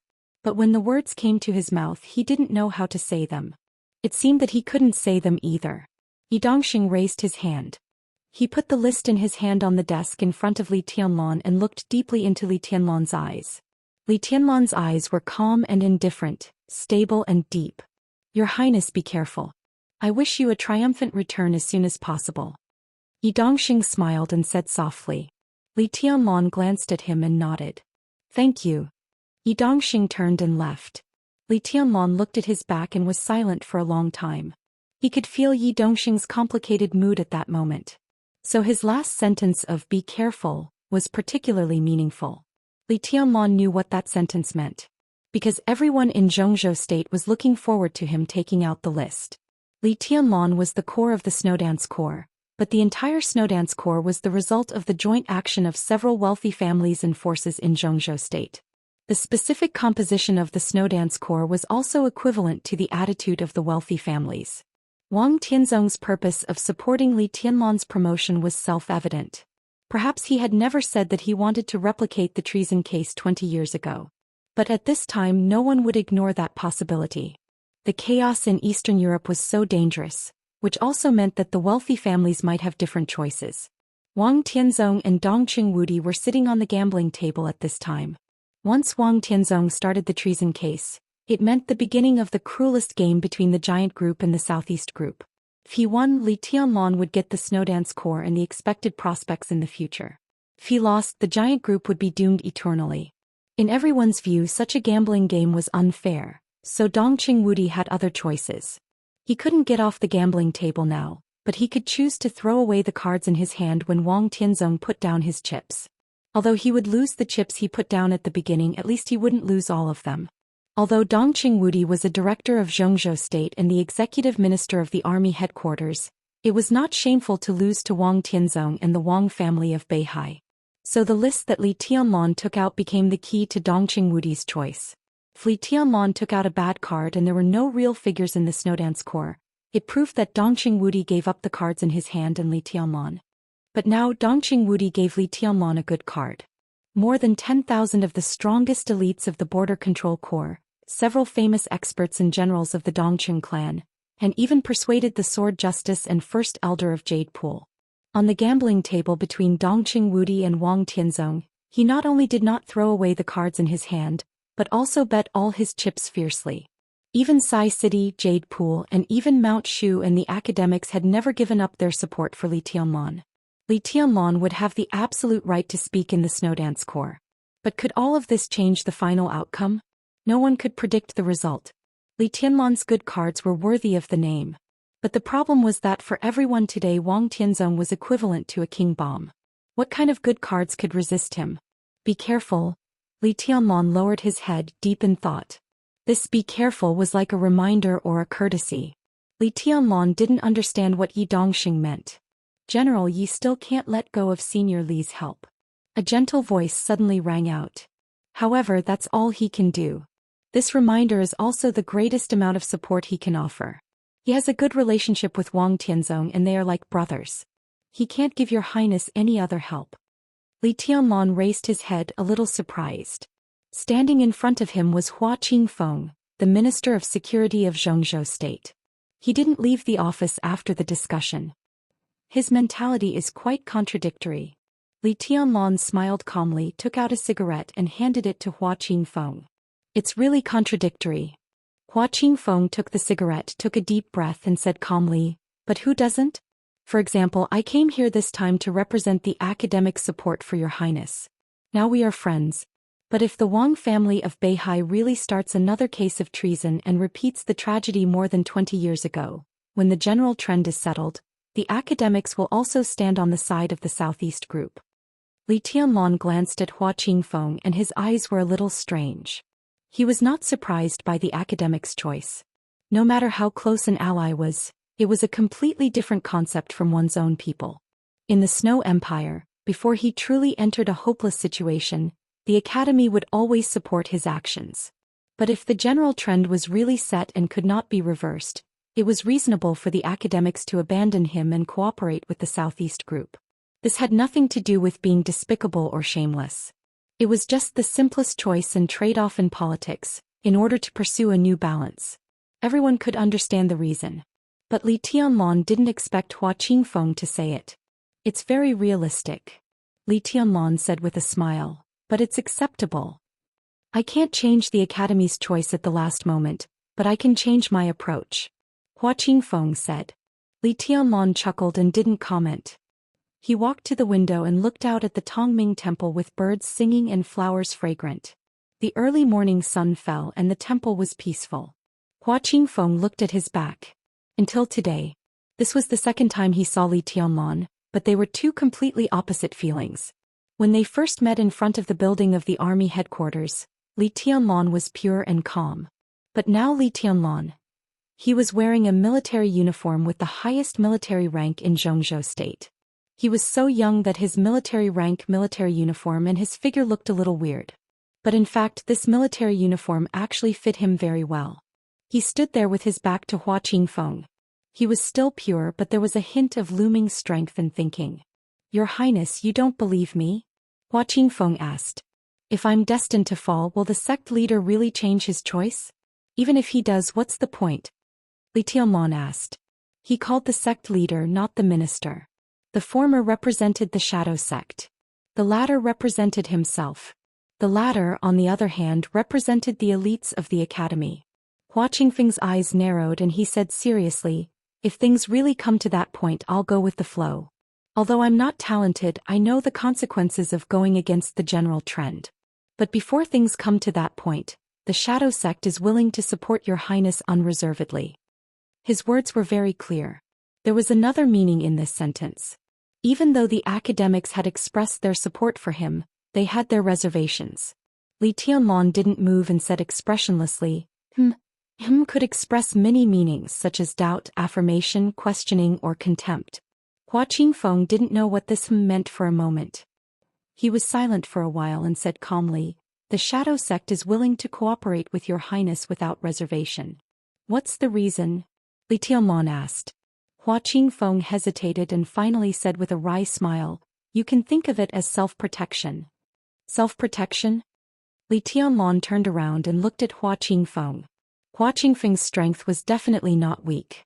Any expert of the half-step invincible realm or even the peak of the thundershocking realm was enough to be a rare expert in a country. The shadow sect was not weak either. Hua Qingfeng's disciples were all over Zhongzhou state. With his current status and the special nature of the shadow sect, as long as the academics protected him, he and the shadow sect would be safe. The president wants to hurt you? Li Tianlong's eyes were a little playful. Of course the president won't hurt me. Hua Qingfeng said with a wry smile. But it's hard for him to put his mind on the special warfare system. The rise of the academics is too short, and it doesn't have a very prominent background. Can even be said to be a civilian cadre. Our strength in the special warfare system is extremely weak. Over the years, although Principal Zhuang Huayang has cultivated many talents in the special warfare system for the academics, compared with the Southeast Group and the Prince Group, we are still far behind. The academics chose you at the beginning. The president also consulted me about the 10-year plan.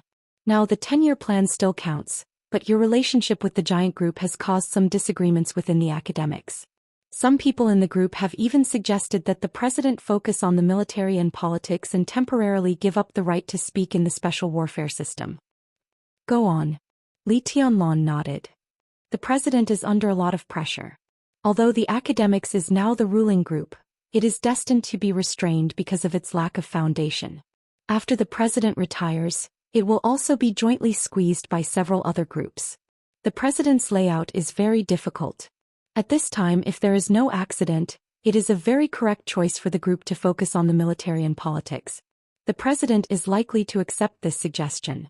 So, Li Tianlong looked at Hua Qingfeng and said, if the president accepts this suggestion, are you worried that the shadow sect is likely to become one of the bargaining chips in the deal between the president and other groups? Hua Qingfeng was a little helpless, but he still nodded. Li Tianlong was silent. In fact, Dongqing Wudi had talked about this problem with him for a long time, especially the shadow sect, which was evaluated by Dongqing Wudi as one of the most worthy targets.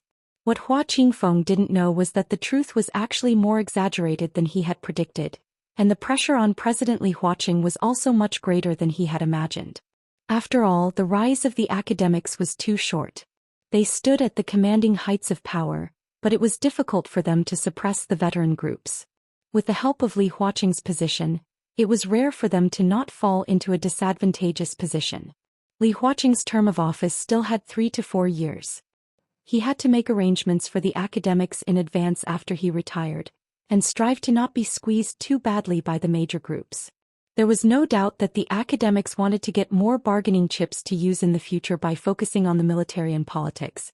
However, according to Dongqing Wudi's analysis, it was extremely difficult for Li Huaqing to achieve this goal, and he was bound to give up some other things. Li Tianlong thought about the inside story that Dongqing Wudi had told him. After a long silence he asked, "What can you give me?" Hua Qingfeng was shocked. At present the power I can mobilize in the shadow sect without being noticed is limited, but they are all elites. There will be about 5 Thundershocking Realm experts, one of whom is at the peak of the Thundershocking Realm. There are also 20 Fire Flaming Realm experts. Hua Qingfeng said, These people can become your highness's personal soldiers. 5 Thundershocking Realm experts and 20 Fire Flaming Realm experts. Although only one of them was at the peak of the Thundershocking Realm, such a force was not weak anywhere. Li Tianlan nodded. He was not excited but continued to ask, "What do you want?" "Survival." Hua Qingfeng said, "If you win in Eastern Europe this time, you will play an important role in Zhongzhou state. I hope that the Shadow Sect can continue to survive in the special warfare system of Zhongzhou state." Li Tianlan nodded silently and suddenly said, "I don't want your personal soldiers." Hua Qingfeng's face changed. Li Tianlan continued, "But I need this force. If they can be completely trusted, I will ask them to go to Snow Country to find a person. Do you mind?" "Find who?" Hua Qingfeng asked. "Find my woman." Li Tianlan said, "Now she needs protection and strength more than I do." He did not say the name. But Hua Qingfeng already knew who it was. His tone was a little bitter. "Boss Qin? He is the enemy." In the eyes of the current camp of Zhongzhou state, Qin Weibai and the Samsara Palace were indeed no longer friends but enemies. "She's my woman," Li Tianlan said heavily. Hua Qingfeng did not understand the meaning of this sentence for a while. It took him a long time to react. Qin Weibai was Li Tianlan's woman. Naturally she would not harm him. Li Tianlan was the commander of the Snowdance Corps of Zhongzhou state. Qin Weibai would not harm Li Tianlan, nor would she harm Zhongzhou state. Hua Qingfeng said, "I will communicate with my people. They may die." Li Tianlan turned around again and looked out of the window. "I have no regrets," Hua Qingfeng said in a deep voice and turned to leave the conference room. Hua Qingfeng walked very fast. He was not in the mood to enjoy the scenery in Tongming Temple. He just wanted to return to the Shadow Sect as soon as possible and send the power he had accumulated to Snow Country. When he walked out of the temple gate, Hua Qingfeng's footsteps paused. A middle-aged man with the rank of marshal was standing there, as if waiting for him to come out. He smiled calmly and gently. "Marshal Yi?" Hua Qingfeng raised his eyebrows. He was a little surprised and vigilant and his eyes became a little cold. He finally walked out of Li Tianlan's office. In the eyes of others this was an accident. But there was nothing against the rules. Yi Dongxing blocked him here, which was a little bullying. "Minister Hua, don't get me wrong." Yi Dongxing smiled and waved his hand. "I don't mean anything else. I just want to talk to you recently. I can meet you today and I don't want to miss it." Hua Qingfeng's expression gradually became calm. He smiled and said, "What's the matter, Marshal Yi?" "Here's the thing." After a brief hesitation, Hua Qingfeng slowly smiled. "I visited South America a few months ago and I saw that the young lads of the security department are really good. Ever since the minister took charge of the security department, the quality of the security department can be said to be the highest in the past few decades. Just this alone is enough to convince me." "Marshal Yi, you flatter me." Hua Qingfeng shook his head. "The tactics you left when you took charge of the guard department are still the model of the guard department's research. As for the recent ministers of the guard department, you can be called the first." Yi Dongxing had also served as the minister of the guard department, and he was Hua Qingfeng's predecessor. Yi Dongxing could sit in the position of deputy minister of the army headquarters, and Hua Qingfeng could sit in the position of minister of the guard department. It was originally a deal between the academics and the Southeast group. Tactics are tactics. Yi Dongxing shook his head. "Without the ability to execute, everything is in vain. Minister Hua is much better than me. Some time ago I chatted with Tianzong and talked about the current spirit of the guard department. Tianzong is very concerned about this matter. Minister Hua, you may not know that the internal defense force of Beihai province had some problems some time ago. I personally think that with Minister Hua's ability, it is easy to change these situations. So Tianzong wants to talk to you. I wonder if Minister Hua will do me the honor?" "Internal Defense Force?" Hua Qingfeng glanced at Yi Dongxing in surprise. "Yes. One of the most elite troops in Beihai province. Minister Hua, Tianzong wants to transfer you to Beihai to serve as the deputy commander of the Beihai Corps and the commander of the Internal Defense Force. Of course, if you have other requirements you can also put forward them. In terms of personnel transfer, the Wang family of Beihai will come forward to operate." Yi Dongxing smiled softly. He added calmly, "President Li Huaqing is under a lot of pressure. At present, It seems that it is difficult for him to take care of the problem of the special warfare system. Minister, it is time to make a decision in advance. Hua Qingfeng narrowed his eyes. The Beihai Corps was a super-large corps second only to the Border Control Corps, but it was equally elite. In terms of the system of Beihai Province, the Beihai Corps was mainly responsible to the Wang family of Beihai, followed by Zhou State. All the equipment, weapons, logistical supplies, and officer appointments of the Beihai Corps were completely dominated by the Wang family of Beihai. There was no need for high-level meetings. As long as it was reported afterward. The deputy commander of the Beihai Corps, the commander of the Internal Defense Force. This position was no lower than that of the Minister of Security and even a little higher. Those who sat in this position were all core members of the Wang family of Beihai. There was no doubt that if Hua Qingfeng agreed, he could also get this treatment. And the shadow sect might have more freedom to develop in Beihai province. Hua Qingfeng's eyes sparkled with the light of thinking. After a long time he smiled and said softly, General Yi, thank His Majesty for my kindness, but I still prefer the Department of Security. The smile on Yi Dongxing's face faded imperceptibly. He didn't seem to expect Hua Qingfeng to refuse. Hua Qingfeng looked at Yi Dongxing's face. His eyes were calm but firm. Goodbye. The academics gave up the right to speak in the special warfare system. The shadow sect would be in an awkward situation, so Hua Qingfeng had to make a new choice. The Wang family of Beihai seemed to be the best choice. But it just seemed so. For a super wealthy family like the Wang family of Beihai, the most valuable people in the entire shadow sect were probably Hua Qingfeng himself and several Thundershocking Realm experts. Even the experts below the peak of the Thundershocking Realm were not very valuable. As for those Fire-Flaming Realm experts of the shadow sect, most of them were not even qualified to enter the Heaven Punishment Troop. Such a shadow sect was not qualified to be valued by the Wang family of Beihai. A deputy commander of the Beihai Corps and the commander of the Internal Defense Force might be all they had. In contrast, Hua Qingfeng preferred to choose Li Tianlan. Because the shadow sect was not strong enough. Li Tianlan was not strong enough. His cooperation with Li Tianlan was a timely help. Both sides were trying to survive. Such cooperation was the most solid and worth looking forward to. Yi Dongxing looked at Hua Qingfeng's back quietly. He looked a little regretful and took out his mobile phone. The phone was in a call mode. You heard it. Yi Dongxing said helplessly.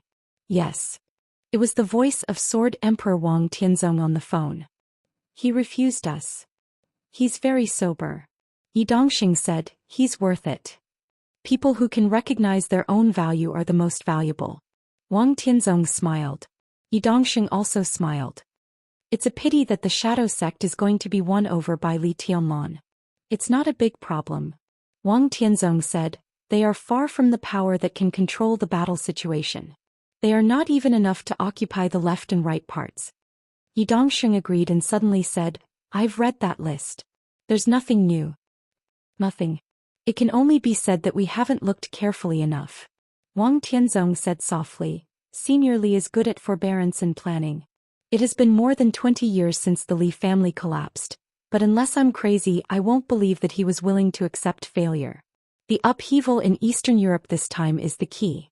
Before dealing with Li Tianlan and the giant group, it's good if we can dig out some of Senior Li's chess pieces in Zhou State. Are you sure Senior Li will take action?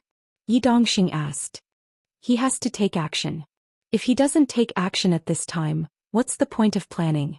Just like Li Tianlan asked me in the Sky Academy, it's hard for me to cultivate a son like Xianxia. At Senior Li's age he can't cultivate a good enough grandson. He can't cultivate one even if he wants to. Well, Yi Dongxing hesitated. What's wrong? Wang Tianzong asked. East Island. Yi Dongxing's tone was a little dry. Wang Tianzong was silent for a while and said softly, someone is watching. It's okay. Yi Dongxing nodded. Hang up. On the mountainside of Mount Dibing. Wang Tianzong hung up the phone silently and looked at the lake in front of him. The fishing rod extended into the lake in front of him, and there was a wooden barrel in front of him. There was no water in the barrel. There was nothing in it. Summer Solstice, who was in a long dress, weaved a wreath around Wang Tianzong. She put the wreath on Wang Tianzong's head and said with a smile, Stupid. There's no fish. I'm afraid I can't eat the grilled fish you promised me. What's the hurry? Wang Tianzong coughed and said solemnly, "It's too early for lunch." Summer Solstice snorted, sat down beside Wang Tianzong and leaned on him. Wang Tianzong looked at the lake in front of him with calm eyes. "What are you thinking about?" Summer Solstice touched his chin and asked. "I'm thinking." Wang Tianzong narrowed his eyes. Did Senior Li really not make a move this time? Summer Solstice didn't speak. It could be said that she single-handedly set off the treason case of Zhongzhou state. At the same time she smashed the murderous weapon of the Li family, Infinite Sky, and broke Li Guangtu's invincible state with the murderous weapon. But Summer Solstice didn't dislike Li Honghe at all. Wang Tianzong wore a bright and somewhat funny wreath on his head. He held Summer Solstice with one hand and remained silent. Did Li Honghe really not make a move? This was a question he never talked about with Yi Dongxing. But Yi Dongxing would definitely think of this. In fact, even if Li Tianlan took control of the Snowdance Corps, there would be no problem. Because he was the unparalleled sword emperor of Zhongzhou state. At the most critical moment, the strongest sword was enough to destroy everything. If Li Honghe really did not make a move, it could only mean that in today's snow country, even if Li Honghe did not make a move, Li Tianlan had the power to check and balance Wang Tianzong. But how was this possible? Chapter 398. Wang Tianzong was fishing. Zhang was fishing too. The scenery on Mount Dibing was charming. The waves on the West Lake were vast. It was a magnificent scene. It was drizzling in Lin, and the light rain sprinkled all over the city. It was slow and intermittent. The West Lake in the rain was hazy and beautiful like a fantasy. Saint, dressed in casual clothes, rented a boat and went boating on the lake. He looked indescribably relaxed. Without the black cloak, which meant mystery and power, Saint looked like a young man with a slightly poor physique in the rain. He was 37 or 38 years old and had a pale face.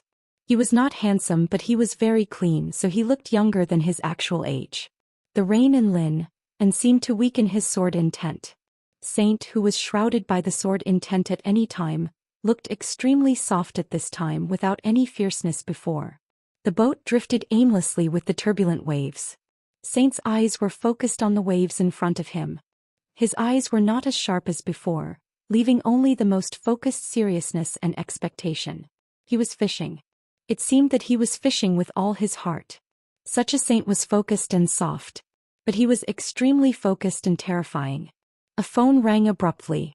Saint frowned, took out the phone, looked at the number and said helplessly, "You scared away my fish." A quiet voice sounded on the phone. "So I have no fish to eat, right?" "Depends on luck." Saint shook his head. "I'm in the center of the lake. I'll be there soon." The person on the other side of the phone said simply and then hung up the phone. Saint put down the phone and continued to stare at the lake, lost in thought. He had an appointment with someone today, but it was not the person on the phone. It was an accident. The unexpected phone call and the unexpected person not only scared away his fish, but also disturbed his state of mind. Saint sighed softly. He had been recuperating in Lin, and for nearly half a month. He did not receive any news from any side, so his mind was extremely calm. He really hoped that his heart could continue to be calm. A black shadow suddenly appeared on the misty and hazy surface of the lake. The black shadow walked on the water under the gloomy sky, bringing up a gust of wind. The surface of the lake was shaking with the wind. The boat was tossed about in the turbulent water. Saint put down the fishing rod. In this situation the fish would not take the bait no matter how stupid they were. The black shadow in the strong wind landed on the ship. The black figure was wearing a black cloak and his body was hunched. As soon as his feet touched the ground, he started coughing violently. Saint frowned slightly and looked at his old buddy who had the best rapport with him. "Your injuries are very serious. Why aren't you staying at home? Why are you running around? What a tiring life." Military counselor resisted coughing and smiled. "I'm not like you. You hide in Lin, and don't think about anything. There are some things that you can't do anything about," Saint said calmly. Military counselor was silent for a while and sat down next to Saint. Feeling his extremely weak breath, military counselor's voice was slightly solemn. "How could your injury be so serious? It's been almost half a month and you haven't recovered at all? Who told you I'm recuperating?" Saint smiled calmly. "Then what are you doing?" Military counselor's voice was a little cold. "Learn the sword," Saint said seriously. I'm learning the sword, the strongest sword. The sword of the chosen one was naturally the most difficult and the strongest. Military counselor's rising anger stopped. How's the harvest? He asked. Difficult. Saint shook his head. Military counselor didn't speak for a while. The water calmed down again. The boat continued to float on the lake. Saint's palm suddenly lifted up. A big fat fish fell on the boat under the guidance of the fishing rod. Military counselor still didn't speak. Saint ignored him. He skillfully killed the fish, peeled off the scales and removed the internal organs. There were some simple seasonings on it. Cumin chili. Saint smeared the seasonings on the fish. A weak but blazing flame ignited in his palm. It was very fast to grill fish by hand and the temperature could be controlled at will. The fish was soon cooked. Saint gave half to military counselor. The two of them ate the fish in silence. The fish was grilled until it was crispy on the outside and tender on the inside, and the seasoning was just right. But the taste was average. Eastern Europe is very chaotic. The two threw the fish bones into the lake without public morality. Military counselor's hands flashed with ice. The ice turned into water and washed the oil stains in his hands. Military counselor said, "Oh. Are you really not going to do anything?" Military counselor looked at Saint, who was calm and focused, and asked, "What can we do in our current state?" Saint asked back. He was telling the truth.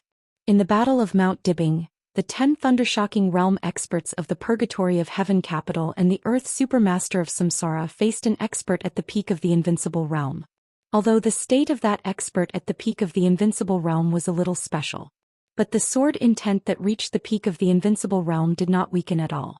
Under that sword strike, not to mention the 10 thundershocking realm experts of the Purgatory of Heaven capital, even the general and duke who had vaguely surpassed the peak of the thundershocking realm almost died on the spot.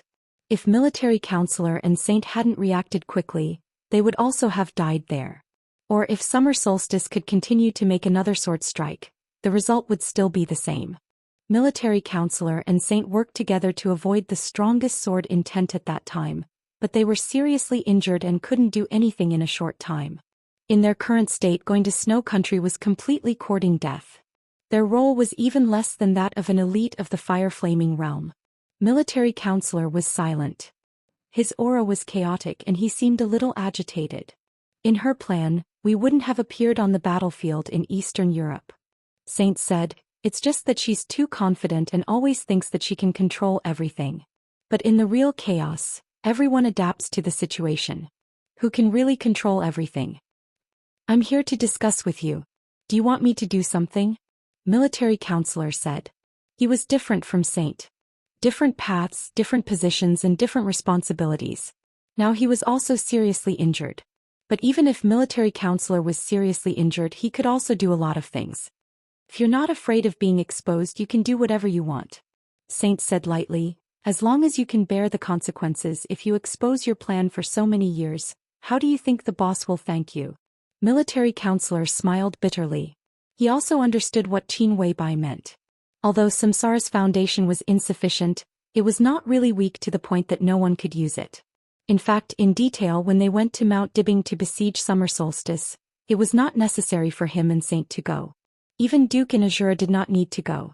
It was nothing more than sending some more people. The Purgatory of Heaven capital could squander 10 experts of the thundershocking realm. The Samsara Palace could also do the same if they gritted their teeth. But in the end, Qin Weibai chose the 4 strongest combat forces among the 12 supermasters of Samsara, in order to prevent them from participating in the following chaos in Eastern Europe. However, now the largest group of elites of the Samsara Palace hidden in Eastern Europe had almost been wiped out, and the Samsara Palace had suffered heavy losses. Qin Weibai's plan would definitely be affected. Under such circumstances, could the trial in Eastern Europe continue?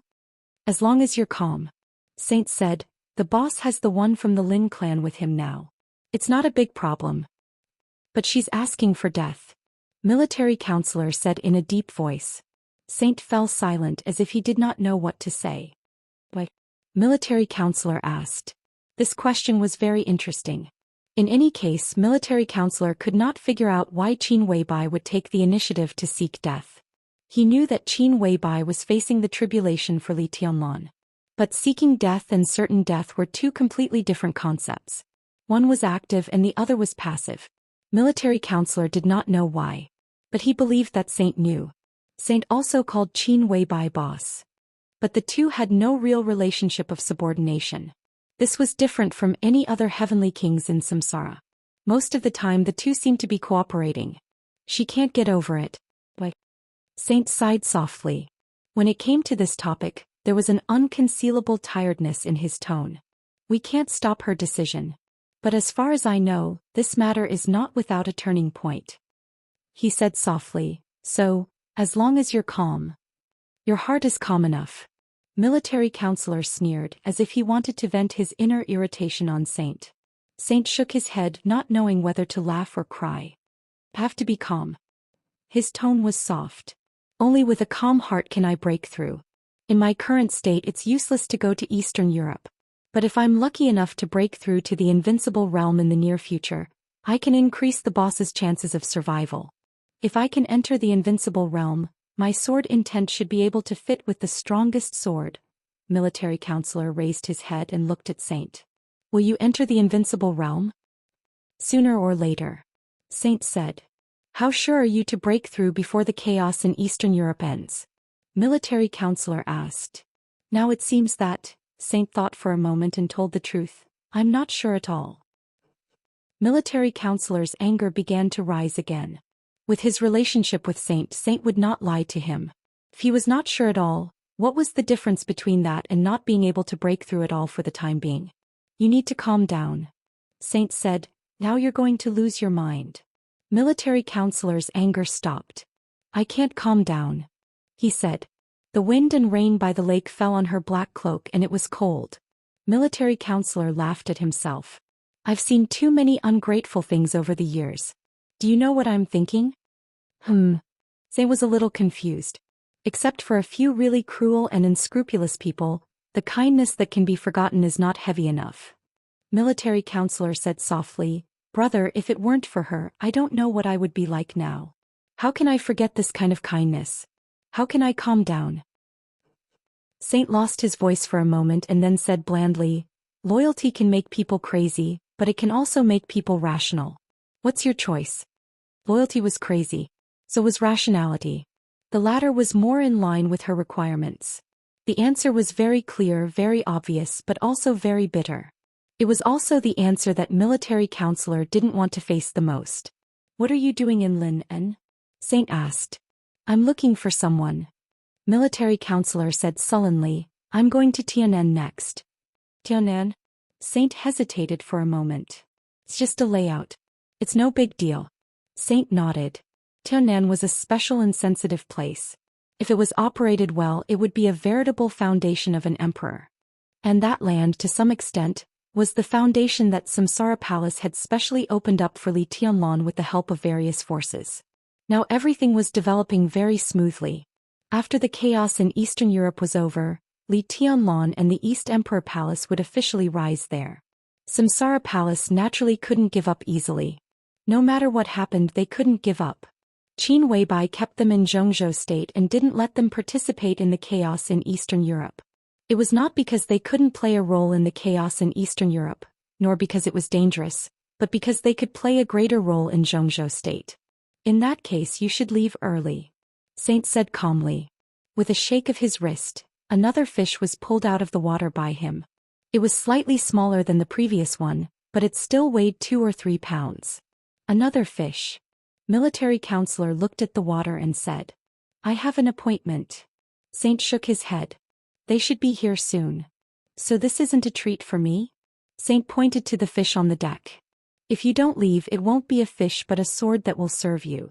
I can't stop you, Saint said. Saint said. He seemed to have thought of something and a faint smile appeared at the corner of his mouth. Military counselor immediately knew who Saint was making an appointment with. He shook his head and stood up. When he was about to step into the water, he suddenly said, Is that notebook useful? It's very important. Military counselor's eyes were full of undisguised reverence. Do you want to have a look? At my age, I have no hope of reaching the invincible realm. Military counselor shook his head. And I don't have much interest in the invincible realm. After all, the fighting of martial arts is not the most suitable stage for me. His figure stepped on the surface of the lake and the wind suddenly rose. In the turbulent water, military counselor went away in a flash. Saint was still fishing quietly. He was not in a hurry, not arrogant, and extremely focused. The rain in West Lake gradually became heavier. The fog on the lake gradually became heavier. Two people in white robes walked out from a vast expanse of white fog. They were a man and a woman, both carrying long swords. Both of them were about 40 years old. The man was slightly shorter, more than 1.7 meters tall, but his appearance was extremely outstanding. He was dressed in white and had white hair. His face was like a jade crown. This was a man who was extremely introverted. He did not show any sword intent or aura. The deepest impression he gave people was his smile, eyes, and the corners of his mouth. His whole body seemed to be smiling, and his smile was bright and even bright. The woman, on the other hand, was extremely tall. A conservative estimate would put her at 1.75 meters tall. Her black, soft, long hair almost reached her waist. Her face was undoubtedly extremely beautiful. She had a standard oval face, delicate and soft facial features, but this kind of beauty was extremely strange. Just like a woman without any temperament. She was not delicate, not cold, not charming, not calm, not coquettish. Her body did not have any temperament, so her absolute beauty looked extremely fragile. The man and woman in white calmly stepped across the lake and walked onto the boat under Saint. There was only one fish on the boat, and it was lonely. The man in white, whose eyebrows seemed to be smiling, chuckled and said in a mellow voice, "This craftsmanship is too bad. A fish, and it's so small. It's not enough to eat. Here comes the second one." Saint chuckled, and a big fish of 4 or 5 kilograms was thrown out of the lake by him. A sword intent appeared in the air. There was only one sword intent, but it was flying in the air with two completely different artistic conceptions. The big fish that Saint pulled up was still in the air. The scales, blood, and internal organs had begun to peel off in the rotation. When the big fish fell on the boat, it had become extremely clean. The man in white whistled and laughed happily. "One more," he said. "It's almost done." Saint smiled. He held the fishing rod in his hand casually and said calmly, "Has Tianlong looked for you? My level is not high enough." The man in white chuckled. "He didn't look for me, but he looked for second sister. Second sister pulled me here. I'm an idler. Anyway, I have nothing to do. It's good to wander around in Eastern Europe." "Wander around?" Saint smiled and said, "You'll die." "How could it be?" The man in white's smile remained unchanged. "You didn't say anything, but second sister dragged me here. Little junior brother has sent me more than 500 text messages and bombarded me with phone calls these days. I have to go. Besides, you are not here. What's the point of staying on the mountain?" The long-haired woman who had been silent smiled gently. She was originally a clean woman without any temperament, but as she smiled, her entire person gained an incomparably moving charm. That kind of charm was faintly discernible, but for a moment, it was enough to make the mountains and rivers pale in comparison. Saint glanced at her and said with a chuckle, "How many people are you going to bring?" "I can't bring many people. About 80 to 100 are the real elites," the woman said. Her voice was as soft as the wind, quiet and indifferent. They were all the real elites. In their eyes, the real elites could not be like the Wang family of Beihai, whose average strength was at the peak of the fire-flaming realm. But if 80 to 100 people were selected, at least more than half of them would enter the fire-flaming realm. Saint nodded and did not express any opinion. He just said casually, "Don't transfer people from my place. They are all my and Chongyang's people." The woman's voice was calm. Saint agreed and said with a smile, "The Snowdance Corps is good. It basically gathered the strongest lineup of the Dongqing clan, Sai City, and Jade Pool. If the Shadow Sect is smart enough, it will also participate." "What's your job arrangement?" "No job." The man in white shook his head. "We thought it was troublesome. At first we said that we would nominate me to be the chief of staff of the Snowdance Corps, but I wanted that position. Second sister is lazy, so it's not easy to arrange our own people. So I declined the position of chief of staff. I took our own people to form a special operations group, which is convenient for action." Saint thought for a moment and nodded. "Senior brother, how is your injury?" the long-haired woman suddenly asked. It's a little troublesome, but it's not a big problem. Give me time and I will recover. Recently I have spent all my energy on learning swordsmanship. If I can break through smoothly, my injury will heal faster. Saint said softly, so I'm afraid I can't go to Eastern Europe this time. Well, it's a little troublesome for me to go to Eastern Europe with my superficial identity. You go to Eastern Europe for Tianlon, so I don't have to talk about him. I just want you to try your best to help me take care of another person. Qin Weibai? The man in white raised his eyebrows. Please. Saint said softly. The man in white nodded. Senior brother, don't worry. Senior brother. Saint was not older than the man and woman in white. But the ranking between them was not because of their age. It was because of the sword. Whether in the Dark World or in Zhou State, this man and woman in white were really famous figures. In the Dark World, the man's code name was Yin and Yang. The woman's code name was Phantom. In Zhou State, their code names had to be added with another word. Sword Master. Yun Qinshi, the Phantom Sword Master of Mount Shu. Han Chongyang, the Yin and Yang Sword Master of Mount Shu.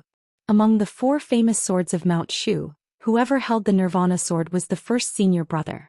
The first senior brother was Nirvana Sword Master Wei Kunlun, who was also the first super master of Samsara Palace, Saint. Mount Shu was a very strange martial arts force. They were extremely united internally, but when it came to the outside world they always made different voices. So they rarely expressed their opinions in politics. Many years ago, the standing minister of the army headquarters of Zhou State was Dongqing Hongguang. The former standing minister of the army headquarters was Qi Baitsong. Between these two ministers was Wei Yuanhang, the leader of the prince group and the uncle of holy disciple Wei Kunlun. For this reason, this generation of Mount Shu's Nirvana sword had always been considered to be biased toward the prince group. Zhou State was no stranger to Yun Qinshi. She met Li Guangtu, the young master of the Li family, when she was in her prime. She had a feeling that meeting Guangtu had ruined her life. After Li Guangtu's treason, the Li family collapsed, and Yun Qinshi also hid in Mount Shu. Now with the appearance of Li Tianlon, her position was naturally on Li Tianlon's side. Yin and Yang sword master Han Chongyang was a pure swordsman. It seemed that he had nothing to do with any of the 6 groups. However, he had a good relationship with Vermilion Bird, one of the 4 spirit generals of Zhou State. They were close friends, which seemed to be his position. As for Great Void Sword Master Li Beiyin, the absolute main force of East Emperor Palace, he naturally stood on Li Tianlon's side. The Mount Shu sword masters had different positions. But all the grievances and disputes were outside Mount Shu. Because there were only swords in Mount Shu. There were no positions, no politics and disputes. However, what everyone in this generation didn't know was that the 4 great sword masters of Mount Shu, both inside and outside, seemed to have a unified position quietly. The identity of Nirvana Sword Master Wei Kunlun might still be in the prince group. But Saint Wei Kunlun was the super master of Samsara. The 3rd fish took the bait. Han Chongyang flicked his fingers and ignited the fire. The aroma of grilled fish filled the air. The 3 quietly finished the fish. Han Chongyang said, "Second sister is going to visit Senior Li. Senior brother, do you want to go together?" Saint shook his head. "I won't go." The eaten fish bones were thrown into the lake again. Han Chongyang and Yun Qinshi left West Lake at the same time. The rain in Lin and stopped. There was still fog on the lake. Saint, who had not eaten enough, continued to fish. He looked up at the sky without rain, lowered his head and carefully took out a blue notebook from his arms. For any expert in the Dark World, this notebook could be called an absolutely priceless treasure. The blue notebook was not valuable. It was the most common weekly diary in the Sky Academy. What was precious was the handwriting inside, which recorded the most glorious years of a real chosen one. His forbearance, his plan, his rise, his breakthrough, his love and his martial arts.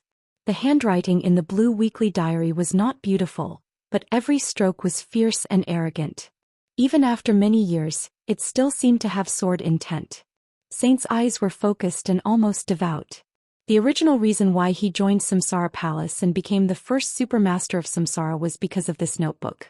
But it was not until recently that he really held this notebook in his hand. This was his road to the invincible realm. Saint. The disciple of the Chosen One could be called Saint. Saint quietly flipped through the notebook in his hand. His movements were soft and he was quiet and focused. From weak to invincible in the world to supreme. A magnificent and sorrowful song was written on the paper. Saint never put a word in the notebook, not even a punctuation mark. He tried his best to grasp every change of mind, every realization and thought in the words. The martial arts of the Chosen One was recorded at the end of the notebook. It was the most detailed and systematic record, but it was also the messiest at the same time. It seemed that the Chosen One had inadvertently recorded it when he was sorting out his thoughts. Martial arts, realm, kendo. The content was profound but not mysterious. Saint looked at it quietly. There were not many records about martial arts. On the front and back, the fierce handwriting covered 7 pages, like 7 chapters. Saint had read the last chapter. He didn't know how many times he had read the last chapter. In the 7 chapters about martial arts, there was a sentence at the top of each chapter. A sentence from the Analects of Confucius. The dead are like men unwilling to part with day and night. Between day and night, there seems to be sword intent soaring into the sky. There should be light to reflect the vastness of heaven and earth. There should be darkness to show the truth of the world. There should be day and night in heaven and earth, and so should the sword. The sword of day and night can cut the sky and break the sea. Chapter 399. From afternoon to night, Tongming Temple welcomed a rare peace. Li Tianlan also had more time to think about what he had done. Eastern Europe was in chaos. The Snow Dance Corps, which had been established to deal with the chaos in Eastern Europe, had now become a direct agency to receive Eastern European intelligence. In the extremely chaotic situation, countless messages were transmitted from Eastern Europe to Yuzhou every day. They were immediately sent to the Snow Dance Corps and placed in front of Li Tianlan. There was an endless stream of information. Yesterday morning, the president of IM met with Zhou Xian, the director of the board of directors of East Dynasty International Group in South America, and eagerly hoped that East Dynasty Group would invest in IM. Zhou Xian actively expressed his attitude of cooperation with IM. The two sides talked for more than 2 hours and successfully finalized the first phase of investment of about $8 billion. Yesterday afternoon, the Morton family, a wealthy family in Eastern Europe, had a friendly meeting with Cass Rotter, the president of the Men in Black from Star State. Early this morning, the Deputy Prime Minister of Snow Country made an appointment with Grand Duke Irene Qingtong Wang Rothschild, the Queen of Shadows of Europe. It was said that the Rothschild family was likely to invest in the 6 major banks of Snow Country in the near future. At noon today, Patriarch Igor, one of the 4 patriarchs of the Eastern Orthodox Church in Eastern Europe, was attacked by an unknown force when he was holding a coming-of-age ceremony for the young master of the wealthy family, Vasily. In less than 2 hours, the Cardinal Archbishop of the Vatican, Brian, was invited to Snow Country. The young master of the Vasily family publicly announced that Brian was his godfather, and he would receive blessings from the European Holy Land. Each piece of intelligence indicated that the situation in Eastern Europe was constantly changing. However, no one would know whether this change was good or bad until the final result was obtained. However, what was certain was that the various wealthy families and countries in Eastern Europe had become the targets of the superpowers that had entered Eastern Europe. Conversely, the various superpowers were also the targets of the local forces in Eastern Europe. So Zhou State was in a hurry. Because in a sense, before Li Tianlan entered Eastern Europe, Zhou State had always been outside the game. Zhou State used a few days to form the Snow Dance Corps. It seemed like a child's play, but in fact no one was willing to give up the interests of Eastern Europe. Li Tianlan moved very quickly. It took him just 2 days to finalize the final list of the Snow Dance Corps. Now the list had been brought to the army headquarters in Kunlun City by Fang Wenxi, the minister of the General Political Department of Zhou State. While waiting for the result in silence, Li Tianlan could think about whether there were any omissions on the list. The list had already been taken away by Fang Wenxi. But Li Tianlan still had a copy. Li Tianlan spent the whole afternoon studying the list in his hand. He could feel that Zhou State did not want to give up the interests of Eastern Europe in a hurry, so when determining the list he inevitably thought about some things that were not thorough enough. Now, after looking at it in detail and carefully adjusting the positions behind several names, he suddenly felt that the list was much more pleasing to the eye. There was a knock on the door. Li Zhonghu, dressed in military uniform but without a military rank, stood at the door and scratched his head. "Your Highness, it's time to eat." More than half of the 40,000 troops of the Border Control Corps had returned to their respective stations, but more than 10,000 of the strongest people were still stationed in the Sky Academy. Some excellent officers at the middle, senior, and even at the grassroots level had been transferred to Tongming Temple for a short training. The officers of the army headquarters and those of the special warfare system were all officers. They did not seem to be much different, but in many cases, they had two completely different ideas of doing things. Now it was the two principals of the Sky Academy and the Deep Sea Academy who were training the officers in Tongming Temple. Li Zhonghu was also on the training list, but he was too lazy to receive any training. In the case that Li Tianlan had not confirmed his bodyguards and secretaries, the Major General of the Border Control Corps consciously worked as a doorman for Li Tianlan. There's no hurry to eat. Li Tianlan shook his head, handed the list in his hand to Li Zhonghu and said softly, "Take a look." Li Zhonghu froze and walked in to take the list in his hand. Familiar names appeared in his sight one by one. He grinned from ear to ear. "Good," Li Zhonghu said with a smile. "Your Highness, if Zhongzhou State draws up the Snowdance Corps according to this lineup, then our words in the Snowdance Corps will carry weight." Li Tianlan smiled and said calmly, "It shouldn't be a big problem. The establishment of the Snowdance Corps would fully respect his will." This was a good thing but also not a good thing. Wang Tianzong was an ambitious man who really knew what the rules were. He forced Dongqing Wudi to sit at the gambling table, but at the same time he also gave Dongqing Wudi hope to gamble with him. This so-called hope was the right to speak of the Snowdance Corps. Li Tianlan controlled the right to speak of the Snowdance Corps. Even if Wang Tianzong wanted to reenact the treason case more than 20 years ago, it would not be easy and he would not do it secretly. At the very least, Li Tianlan had time to react. But similarly, if Li Tianlan fully controlled the Snowdance Corps, the treason case more than 20 years ago would be staged. Once Li Tianlan was defined as a traitor, then the Snowdance Corps, which gathered the strongest lineup of the giant group Sai City, the Li family, Mount Shu and Jade Pool, would also be wiped out. At that time, all the forces involved with Li Tianlan would end up extremely tragically. Therefore, the Southeast Group would certainly not object to the list of the Snowdance Corps. This was the bargaining chip that Wang Tianzong had to give to Li Tianlan. Absolutely centralized power also meant absolutely centralized main responsibility. In the chaos of Eastern Europe, Li Tianlan would either soar to the sky with the Snowdance Corps and laugh to the end, or he would fall into hell with all the forces related to him. What Li Tianlan thought most now was what Wang Tianzong would do. Or how would he replicate the treason case more than 20 years ago within the Snowdance Corps? If one wanted to speculate on Wang Tianzong's method, one must have some understanding of the treason case more than 20 years ago. Li Tianlan was now the Marshal of Zhongzhou State and had the authority to know about the treason case. In the past 2 days he had also flipped through some of the materials left behind, but to no avail. It was a normal transfer of personnel, a border conflict that seemed like a coincidence, and the orders given by the higher-ups at the right time. Everything looked normal and there was not the slightest problem. But in this kind of calm without any abnormalities, Li Guangtu's treason, the collapse of the Li family, everything became out of control in an instant. Li Tianlan knew that he couldn't find anything definite with these materials, but he didn't expect that he couldn't find any clues in these materials. Perhaps only the core figures of Kunlun City, the Prince Group and even the Wang family of Beihai knew the real inside story. And these people were destined not to tell Li Tianlan the inside story. Li Zhonghu put the list on the desk. Li Tianlan frowned and walked to the desk. He stared at the list on the desk thoughtfully. If the treason case 20 years ago was a flawless trap, then it was now a perfect trap. Then today, more than 20 years later, in the chaos in Eastern Europe, Li Tianlan could grasp at least two important threads. No matter how chaotic the chaos in Eastern Europe was, if Wang Tianzong wanted to charge him with treason, the two people of the Snowdance Corps would play a vital role. One was the Vice Marshal of the Snowdance Corps. The other was the Supervisor of the Snowdance Corps. The two of them came from the Wang family of Beihai and Kunlun City respectively. They were also the only two important chess pieces in the Snowdance Corps that Li Tianlan couldn't control. Li Tianlan reached out and pointed at the list on the desk.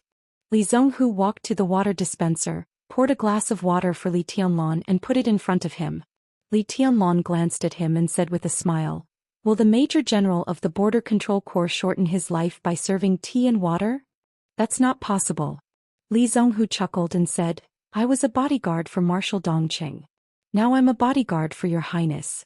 There's no difference. Your highness, why don't you mention it to your superiors? I don't want to be a damn division commander. How about I be the commander of your bodyguard company? Old Li doesn't look ugly and his strength is passable. It's not shameful to take him with me. It's not shameful. Li Tianlong laughed and said, but I'm not qualified to take a general with real power as a bodyguard. You're the most qualified. Li Zhonghu said disapprovingly. At the peak of the Li family, there were sacred bodyguards around every highness of the Li family. Which bodyguard wasn't a general with real power? Wasn't he an expert famous in the dark world? If you stand at the peak of Zhongzhou State one day, it's possible for you to be promoted 2 levels in a row, let alone a major general. Li Tianlong suddenly fell silent. He seemed to think of something and his eyes suddenly shone with an amazing light. I don't want to eat. Li Tianlong said, prepare the car and go to the Hidden Dragon Sea. Li Zhonghu froze, stood up straight, saluted and turned to go out. Li Tianlong picked up the red confidential phone on the table and dialed a number. The phone was quickly connected. Director Han. I'm Li Tianlong. Li Tianlong held the phone and said calmly. Hello, Your Highness. A low and soft laughter sounded on the phone, very kind and polite. On the other end of the phone was the phone of Han Yi, the deputy director of the General Office of Zhongzhou State Center. Of course, his position in the General Office was only nominal. The real place of work was in the office of President Li Huaqing. Could be said that he was the big secretary beside Li Huaqing and the real first secretary of Zhongzhou State. Li Tianlong smiled, gently tapped the list in front of him and said, I have something to report to the president. I wonder if it's convenient? The person on the other end of the phone said, wait a minute. Han Yi seemed to ask Li Huaqing for instructions. Soon he picked up the phone again and said with a smile, Your Highness, Mr. President asked you to come over. He paused and calmly reminded, at 9 o'clock, the president also has an appointment with Secretary Wang of Wuxia to talk. Li Tianlong looked at his watch.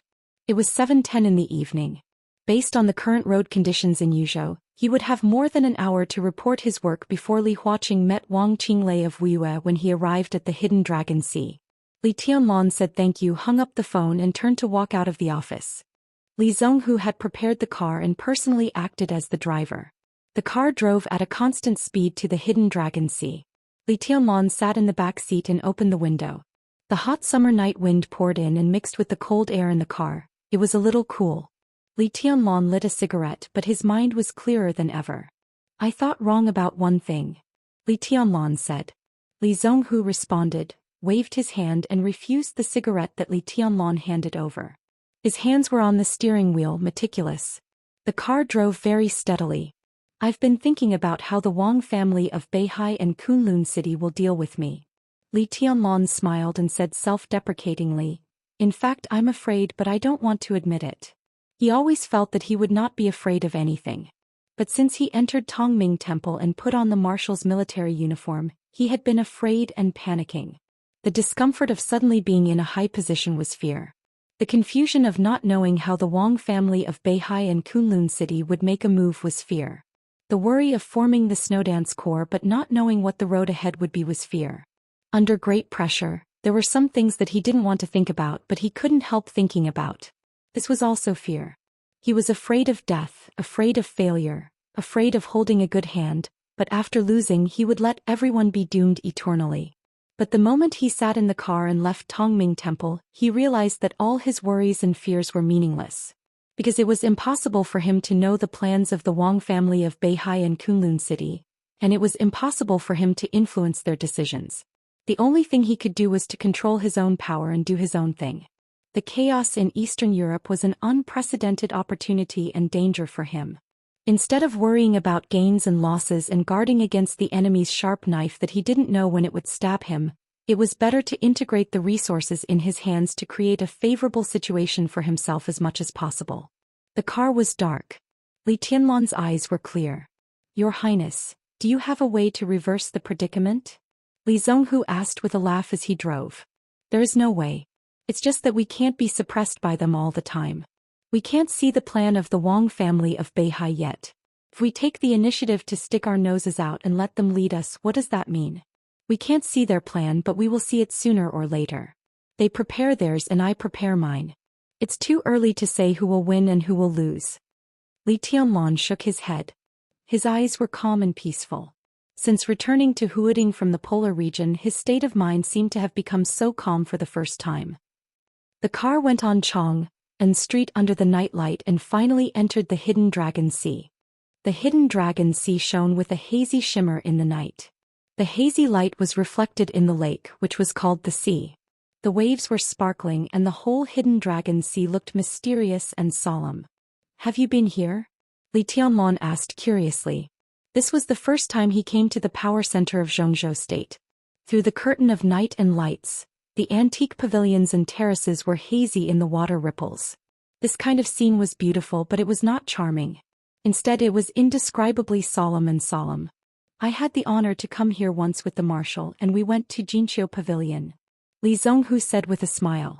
Jinqiu Pavilion was the office of President Li Huaqing, and it was also the rumored office of the president. Li Tianlan nodded and looked at the scenery outside the window in silence. Where is Xuan Yuantai? Li Tianlan suddenly asked. Li Zhonghu was stunned. He was silent for a few seconds and then whispered, in the middle of Jinqiu Pavilion and West Flower Hall, slightly behind, but he wanted to say something but stopped on second thought. There is no Xuan Yuantai in the Hidden Dragon Sea. Li Tianlan calmly said, a fact that was absolutely not friendly to him. Now there was only Kunlun Pavilion in the Hidden Dragon Sea, but no Xuan Yuantai.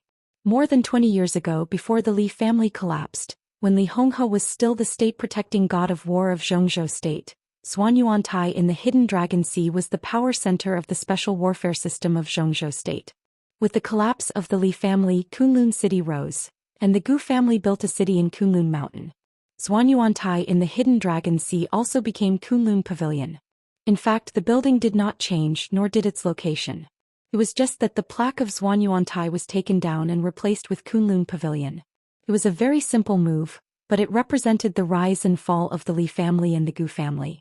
Behind the scenes, it also represented the life and death, honor and disgrace and ups and downs of countless people. Xuan Yuantai could not be seen in the Hidden Dragon Sea. But Xuan Yuantai had always been in Li Tianlan's heart, where he could always see it. There will be in the future. Li Tianlan stared at the night outside the window and said calmly. Jinqiu Pavilion was in sight. Li Zhonghu slowed down the car, looked at Li Tianlan and whispered, Your Highness, when you come back from Eastern Europe, it will be very close to rebuilding Xuan Yuantai. So I can't lose. Li Tianlan laughed. No matter who I face, I can't lose. When the car stopped in front of Jinqiu Pavilion, Li Tianlan saw two figures standing in front of Jinqiu Pavilion at the first time. One was Han Yi, the head of the president's office. The other turned out to be President Li Huaqing. The president greeted him in person. Even if Li Tianlan's state of mind was calm, he couldn't help feeling flattered when he saw this scene. He quickly got out of the car, took a few steps forward, stood at attention, saluted and said calmly, Mr. President. Comrade Tianlan. Li Huaqing smiled and reached out to shake hands with Li Tianlan. His expression was elegant and gentle. Let's go in and talk. The two entered the office of Jinqiu Pavilion one after the other. Han Yi served freshly brewed tea. When walking out of the office, the secretary of Zhou State, who had become a governor-level senior official at the age of 40, subconsciously looked back at Li Tianlan. Li Tianlan sat there quietly, dressed in a military uniform, and the martial rank on his shoulder was shining in the light. Military rank, military uniform, calm but a little too young face. Even if he had enough psychological preparation, Han Yi still couldn't help feeling a little shocked when he saw this scene. He was a little self-deprecating and emotional. He gently closed the door and smiled at Li Zhonghu, who had already gotten out of the car. Perhaps because the academics did not fully support the giant group at the high-level meeting, Li Huaqing was extremely polite to Li Tianlan. He did not take a seat behind the desk but sat with Li Tianlan in the reception area of the office, completely in the posture of old friends chatting. Li Tianlan drank tea silently. Except for a little surprise when he saw Li Huaqing go out to greet him at the beginning, his expression became calmer after entering the door. Tianlan, how is the list of the Snowdance Corps coming along? Li Huaqing smiled and took the initiative to ask. Not bad. Li Tianlan nodded. The army headquarters and Kunlun City are very supportive of the formation of the Snowdance Corps. We had a meeting at noon. I have already handed the list of the Snowdance Corps to the General Administration. There should be news soon. Li Huaqing said, and held the teacup, a little hesitant. He was silent for a while, then slowly said, to be honest, from the perspective of pure state affairs, I'm relieved to let you lead a corps. Eastern Europe is very chaotic. If we want to make a breakthrough in the chaos, it's really difficult to be steady. We need a young leader with courage and drive to fight for what we can fight for Zhongzhou State. Between you and Dijiang, I'm more optimistic about you. But from a personal point of view, your position is very sensitive. Wudi and I have some concerns. Some things are hard for us to stop. Since it has happened, we can only try to seek a result that is beneficial to everyone. Tianlan, if you need my help, I will try my best. In the private meeting, President Li Huaqing's words were direct and frank. There was no hypocrisy between them and he came straight to the point. After all, Li Tianlan was still an ally of the academics. If it weren't for his relationship with the giant group, Li Tianlan would have officially entered the academics. With the combat capability of the invincible realm, he would almost be the #1 expert of the academics. Such a figure deserved the attention of anyone in Zhongzhou State. Moreover, although President Li Huaqing had now planned to give up the special warfare system, it was only because of the trade-off between the military and the special warfare system. If possible, he would naturally fight for it. In this Eastern European chaos, if Li Tianlan could block the Wang family of Beihai and Kunlun City, the academics would have a lot more room to operate. To say the least, even if the relationship between Li Tianlan and the academics would gradually drift apart in the future, in the current situation, as long as he still existed, the academics would have a lot more room to operate in the future. If Li Tianlan really died in Eastern Europe and was executed for treason, the giant group would fall apart. Under the violent social turmoil, the pressure on the academics who cooperated with the giant group would be unimaginable. In any case, as long as it was possible, Li Huaqing would give Li Tianlan some necessary help. I came here today to ask Mr. President for a person. Li Tianlan drank tea and said softly. Who? Li Huaqing raised his eyebrows. The status of the Snowdance Corps was extremely important now. Most of the people in Zhongzhou State, as long as Li Tianlan wanted them, could basically be transferred here now. Li Tianlan deliberately came to him to ask for a person, which could only show that this candidate was extremely special. Li Tianlan smiled and said softly, in the past 2 days, I've looked up some information about the treason case more than 20 years ago, but I got nothing. Li Huaqing smiled bitterly and did not speak. The treason case had been the most influential and worst case in Zhongzhou State for more than 20 years. Now the remaining files clearly pointed to Li Guangtu's treason. Everyone knew that this matter was very strange, but they could not find any evidence at all. What was the use of Li Tianlan studying those materials that had been turned over? Those materials, they don't make any sense. Li Huaqing said softly. They really don't make any sense. Li Tianlan said, so I put those materials back. But I think even if the materials are meaningless, the people are always meaningful. If we can find a person who has experienced the treason case, even if we can't figure out what happened that year, we can at least reduce the probability of the treason case in Eastern Europe. A person who has experienced the treason case? Li Huaqing narrowed his eyes and looked at Li Tianlan. Who? Desert prison fireman, Li Tianlan said calmly, the sacred guard beside my grandfather. More than 20 years ago, he was the first vice-marshal of the Border Control Corps. Apart from my father, he is the most responsible person in the treason case in Zhongzhou State. Chapter 400. Fireman Li Huaqing had heard the name more than once. At the peak of the Li family, every sacred guard around the god of war was a strong man. For example, Yudong Lidao.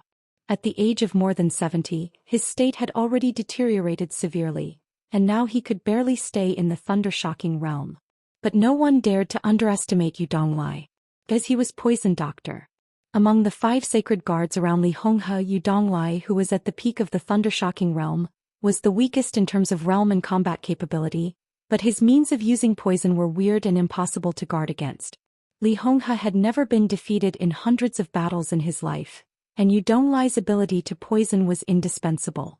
Among the 5 sacred guards, Fireman had the lowest realm, but his combat capability was the strongest. Not to mention how powerful he was at his peak at the end of the treason case. Fireman, who was seriously injured, killed more than one superior of the half-step invincible realm in a heavy siege. If it weren't for more than 20 years of prison life that destroyed his potential, Xianxia State today would have at least one more invincible realm expert who could be listed on the divine list. Tribulation of Sai City directly entered the invincible realm from the chi-controlling realm. Fireman was looking for a way to enter the invincible realm from the fire-flaming realm. Once this extraordinary road went far enough, the combat capability he exerted was completely incredible. The academics needed experts with enough influence in the special warfare system. So the academics had the idea of Fireman before. 3 years ago, during the final battle of Heaven Capital, Samsara Palace and Xianxia State were still in a cooperative relationship, but the code name Fireman appeared more than once in the list of elites sent by Xianxia State to East Island. But in the end, because of the opposition of the Southeast Group and the Special Warfare Group, Fireman still stayed in the desert prison. Now that Li Tianlan had a high enough status, enough power and a suitable opportunity, he would naturally try his best to let the sacred guard imprisoned in the desert see the light of day again. Li Huaqing hesitated, looked at Li Tianlan's calm face and didn't speak for a while. Li Tianlan waited quietly. Things are a little troublesome. Li Huaqing was silent for a while before he slowly said. Fireman was the vice-marshal of the Border Control Corps more than 20 years ago. In the case of treason more than 20 years ago, if Li Guangtu was the main person responsible, then Fireman was equivalent to the secondary culprit. The most important thing was that even now Fireman was not a dispensable character in Xianxia State. With his combat capability after cultivation, he was absolutely expected to be on an equal footing with the top superiors of the half-step invincible realm, which was equivalent to the tribulation 3 years ago. It would be more than troublesome to release such a character under the pressure of the Southeast Group and the Special Warfare Group. There was also a considerable risk. I know. Li Tianlan's tone was calm, but there was an imperceptible sharpness in it. Please do your best, President. Li Huaqing was stunned and looked into Li Tianlan's eyes. Li Tianlan looked at Li Huaqing calmly. His eyes were firm. He knew what Li Huaqing was thinking. Li Huaqing also knew that Li Tianlan knew what he was thinking. If the giant group joined forces with the academics, it would not be difficult to get Fireman out. The key was that Li Huaqing did not want the academics to take too many risks. Fireman's identity was extremely special. Once he regained his freedom to some extent, the distance between the academics and the giant group would be narrowed again. The chaos in Eastern Europe was extremely delicate. Because of Li Tianlan, the entire giant group was on the edge of the cliff.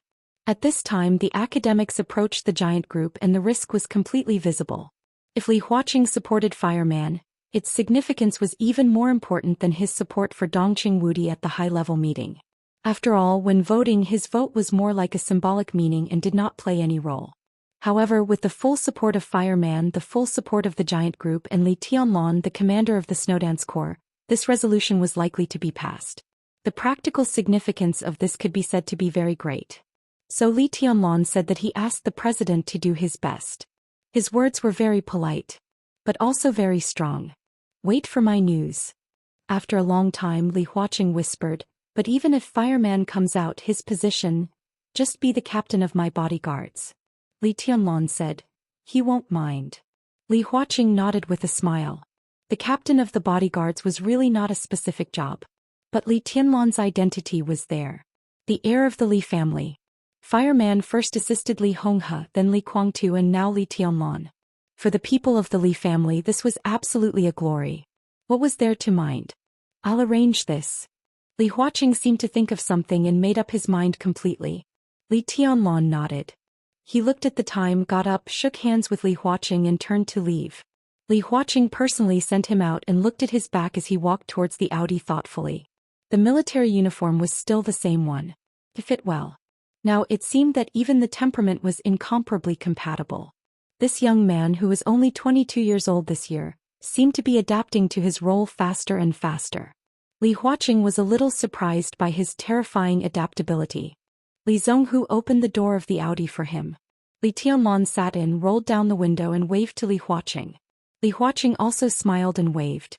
The Audi left Jinqiu Pavilion and went farther and farther away. Li Tianlan quietly looked at the night of the hidden dragon sea. Kunlun Pavilion, which represented Kunlun City, stood in the night, brightly lit. Li Tianlong looked at it calmly, his eyes firm.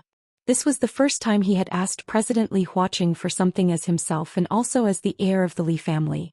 It was a demand, not a request. He didn't tell Dongqing Wudi in advance, nor did he discuss it with others. Now he was the youngest marshal in the special warfare system of Zhou state. Standing in this position, he instinctively wanted to do what he felt was right.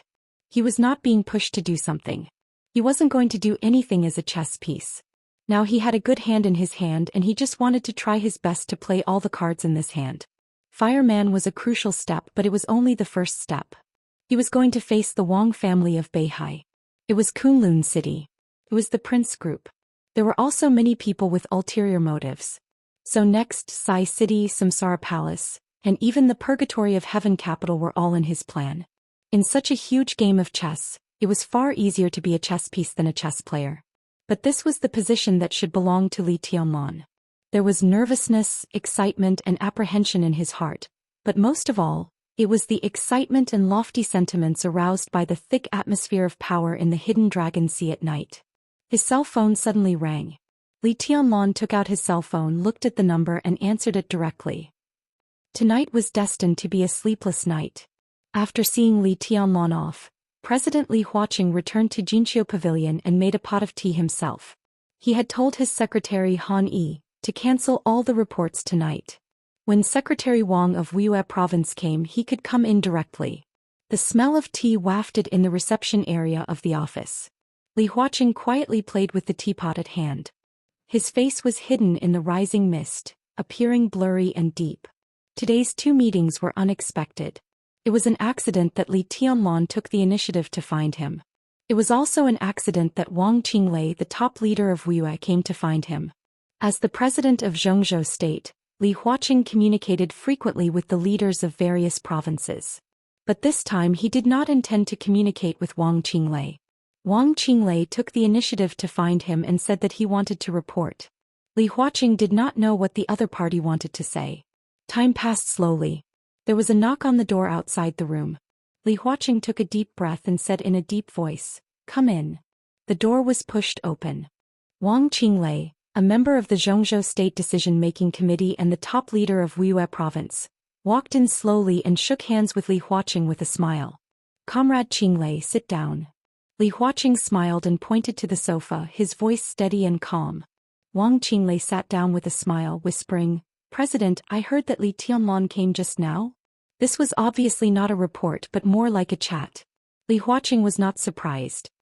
He nodded and said with a smile, "He gave me a difficult problem."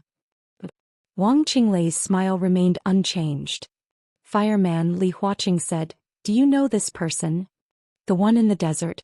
The sharpness in Wang Qinglei's eyes flashed away. He nodded and said, "I've heard of him.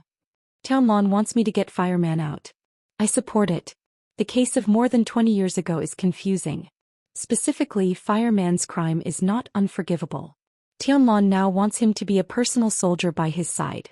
In principle, I agree." Li Huaqing looked at Wang Qinglei with burning eyes and said, "Comrade Qinglei, what do you think?" Wang Qinglei was one of the leaders of the Southeast Group.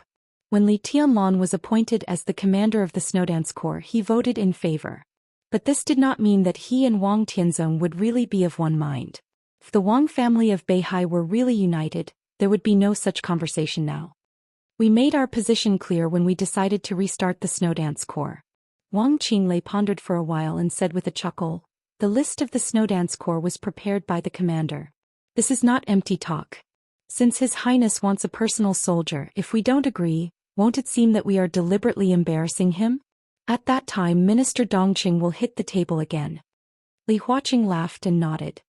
"I think so too. Qinglei, on this matter we have the same opinion." From Comrade Qinglei to Qinglei.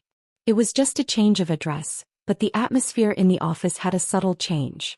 Wang Qinglei picked up the teacup, took a sip of tea and said softly, "President, I came here this time mainly to report to you the situation of the overlapping posts of the supervisory and organizational departments in Wuxia.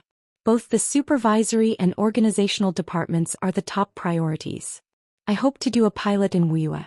The specific documents will be submitted to you in a few days. and I hope to get your support. Li Huaqing said calmly, I've heard of this.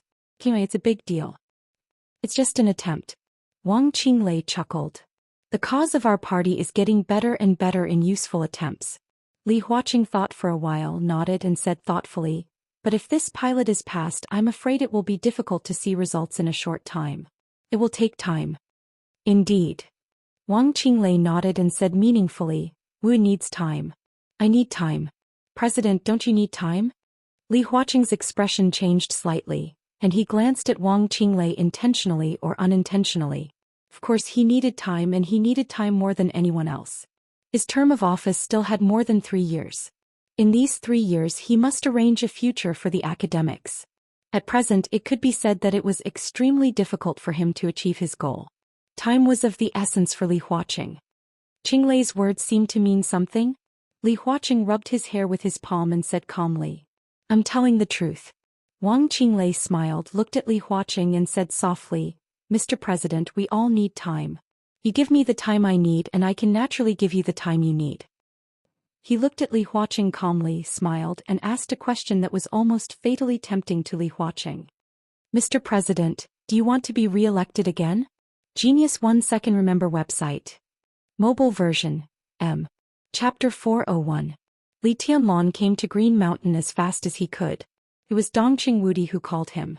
Minister Fang Wenxi had submitted the list of the Snowdance Corps to the Army headquarters in Kunlun City. Dongqing Wudi held another meeting in the Army headquarters building. The Army of Zhongzhou State and Kunlun City passed the list, reported it to the office of the President and the Cabinet, and then conveyed it to the decision-making committee, and then immediately issued a transfer order. In addition to informing Li Tianlan of the results of the meeting on the phone, Dongqing Wudi also told Li Tianlan a piece of unexpected news. Li Honghe arrived in Yuzhou and was now living in the Bai family's manor. The hidden Dragon Sea was not far from Green Mountain. In less than 40 minutes, Li Tianlan's Audi had reached Green Mountain and slowly drove into the Bai family's manor. Dongqing Rushi had arrived in Yuzhou from Huating and was waiting in front of the main villa. Seeing Li Tianlan get out of the car, she gently jumped down the steps and almost jumped into Li Tianlan's arms. Li Tianlan reached out to hold her and said, Why are you so happy? I heard that you're a marshal. Of course I'm happy, Dongqing Rushi said softly. Dongqing Rushi said softly. She was wearing a long red dress and her black hair was dancing in the wind. The red dress set off her skin, which was extremely white and delicate. She looked pure and charming. I'm going to Eastern Europe with you, Dongqing Rushi said and reached out to gently touch the military rank on Li Tianlan's shoulder. Her eyes were clear and serious. It looks better than Dad's. Li Tianlan smiled. The military ranks of Zhongzhou State were the same as those of the Special Warfare System. Only the title of Marshal was slightly different. It was also an olive branch with 3 gold stars, but there was a delicate golden shield behind the gold star on the epaulette of the military marshal. The title of Marshal in the Special Warfare System was a golden sword in front of the gold star. How's Huating? Li Tianlan walked up the steps and asked casually. It's fine. Dongqing Rushi thought for a moment. The maneuver these 2 days is also very interesting. But there are fewer people going to see it. Li Tianlan said, The final maneuver had a result on the first day. The result had already appeared, so the process was naturally not worth looking forward to. Although the final maneuver was still going on, it had now lost its original meaning. So the headmasters of the Sky Academy and the Deep Sea Academy were not in Huating at this time. Instead they came to Tongming Temple in the West Mountain of Yuzhou to train the officers of the Snowdance Corps. Dongqing Rushi naturally put her small hand in Li Tianlan's.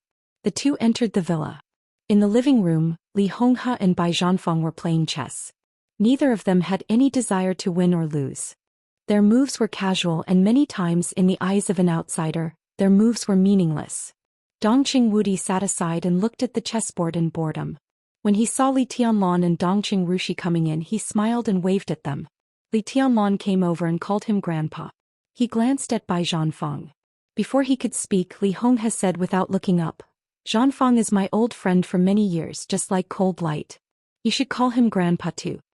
Li Tianlan paused for a moment, then calmly called him Grandpa with a smile. Bai Zhanfang looked up at him with a smile, patted the sofa beside him and said, Sit down. Li Tianlan nodded and took Dongqing Rushi to sit next to Dongqing Wudi. Xishan is quite far from here. How did we get here so quickly? Dongqing Wudi looked at the chessboard and laughed casually. I had a talk with the president before I came out of the Hidden Dragon Sea. It's not far from here. Li Tianlan said quietly. In his sight, Bai Zhanfeng seemed to be dim-sighted because of old age. A cannon shot hit one of Li Honghe's pawns through Li Honghe's chess pieces. Li Honghe didn't say it out loud, but the other pawn moved forward 2 squares at a time without batting an eyelid. The corner of Li Tianlan's mouth twitched. Hidden Dragon Sea? Dongqing Wudi raised his eyebrows. Li Honghe and Bai Zhanfeng also turned their eyes to Li Tianlan. Well, the Snowdance Corps was established and I also found a powerful bodyguard. But the identity of the best candidate in my mind is a little special, so I specially talked to the president. Li Tianlan said. Li Honghe calmly messed up the chessboard, which was already at a disadvantage. He narrowed his eyes and said with a smile, Who is the best candidate in your mind? Of course it's Master Hua. Li Tianlan laughed and said, No one is more suitable than him. Li Honghe's eyes relaxed. He nodded and sighed, I came here to talk to you about this. Zhihua was implicated by the Li family back then. Otherwise, with his talent, he should have entered the invincible realm long ago. After so many years, there has been no chance before. Now that there is a chance, I have to get him out of the desert. Zhihua was the name of fireman. His surname was Wu. It was obviously a very familiar name not only for the Li family but also for the Dongqing clan. Dongqing Wudi was stunned and whispered, He is really a good candidate, but his age is not a problem. Li Tianlan whispered, with fire. In my current state, no one in the Snowdance Corps is his opponent except me. Fireman's realm was in the fire-flaming realm. But like Tribulation 3 years ago, he broke one limit after another in the fire-flaming realm and finally stepped into a different path. In fact, it was impossible to tell whether such a person was still in the fire-flaming realm or not. But one thing Li Tianlan could be sure of was that when he fought with Fireman in the desert prison to verify his strength, Fireman did not really use his full strength. What he exerted was the real strength of the fulfillment of the fire-flaming realm, not the strength after he broke through the limit of the fire-flaming realm. In that state, Fireman still forced Li Tianlan to break through into the thunder-shocking realm, so that he had the first time to recultivate martial arts. How strong was a fireman who could exert his full strength? In Li Tianlan's view, in this state, even if Fireman had no hope of entering the invincible realm in this life, and his state would decline with age, the strength he could exert would hardly be worse than that of Tribulation 3 years ago. Such a person was not only an absolute expert in the 4 realms of martial arts, but also could play a very important role in the battlefield of the invincible realm. What did the president say? Li Honghe asked aloud. He agreed. Li Tianlan's tone was calm. The atmosphere in the living room froze for a moment. Li Honghe, Bai Zhanfeng and Dongqing Wudi looked at each other. Li Honghe's eyes relaxed slightly. Bai Zhanfeng's eyes were full of smiles. Dongqing Wudi's eyes were full of relief. Without any of them knowing, Li Tianlan went to the Hidden Dragon Sea. This matter could be said to be very small, but it could also be said to be very important. Such a Li Tianlan was what they wanted to see. The Li family, the Dongqing clan, the Bai family, and even the entire giant group put their future on Li Tianlan. Under the great responsibility, each of them was eager to see Li Tianlan's future. Not only his martial arts but also his ability to deal with things. It was hard to say how Li Tianlan's ability was now, but at least today he let everyone see his autonomy. It had only been a few days since he became the marshal of the special warfare system of Xianxia state. But he had been actively adapting to the change of his identity. Today he went to the Hidden Dragon Sea not as a young man, but as a marshal of Xianxia state. The fact that he could adapt to his identity in a short time sounded simple, but how could it be so easy? Li Tianlan was also not used to it now. But he was trying very hard to adapt to his new identity and status, and was doing the behavior that was in line with his identity and status. He was the future core of the giant group, the future of the giant group. And the future leader that the giant group wanted should have his own ideas, his own plans, his own thoughts, his own actions and his own schemes. Tonight was just the first step for Li Tianlan. And it was a perfect first step. Li Huaqing agreed to Li Tianlan's request, which also showed that Li Huaqing recognized Li Tianlan's current identity and behavior. Very good, the president is still very supportive of the Snowdance Corps. Tianlan, if you need anything in the future, you should communicate with the president in time. As an ally, he always has to bear some of his own obligations. Dongqing Wudi chuckled, took out a cigarette and handed it to Li Tianlan. Li Tianlan nodded, took the cigarette and lit it. What are you talking about? A soft voice suddenly sounded. In the sound of soft footsteps, Bai Qingqian came over with a plate of fruit and put it on the tea table. Dongqing Rushi stood up and called her in a crisp voice. Bai Qingqian smiled and touched Dongqing Rushi's head, but she looked at Li Tianlan. Although she was at home, this extraordinary woman who was very famous in the political circle of Zhongzhou state, was also dressed in formal clothes. She was charming, and her whole body was full of an indescribable grace and elegance. Li Tianlan stood up subconsciously. He who was calm just now instinctively reached out and scratched his head, looking a little silly. Dongqing Rushi laughed out loud. But except for her, everyone, including Li Honghe, had a complicated look in their eyes. Eat more fruit and smoke less. It's bad for your health. Bai Qingqian looked at Li Tianlan and her voice was soft and gentle. Li Tianlan said yes, but he didn't know what to say. This was the second time he saw Bai Qingqian. But just like the first time he saw her, it was hard for Li Tianlan to describe his feelings. His perception, which was almost close to the peak of the invincible realm, was completely confused under her eyes. This feeling was not panic, but an instinctive but somewhat inexplicable feeling of wanting to be close to her. This feeling might come from her eyes or it might be something else. Li Tianlan couldn't tell. He just felt that this feeling was very strange, so it made him very uncomfortable. This military uniform suits you very well, Bai Qingqian said softly. She was very close to Dongqing Rushi and Dongqing Rushi was very close to Li Tianlan. So he couldn't help but feel natural. Bai Qingqian raised her hand and touched Li Tianlan's head. She said softly, "How do you feel now that you're a marshal? Are you tired?" Li Tianlan's body was completely stiff. Bai Qingqian's hand was very gentle. But Li Tianlan's body was as stiff as a stone. "I'm fine." His voice seemed to be a little frozen, so it sounded a little strange.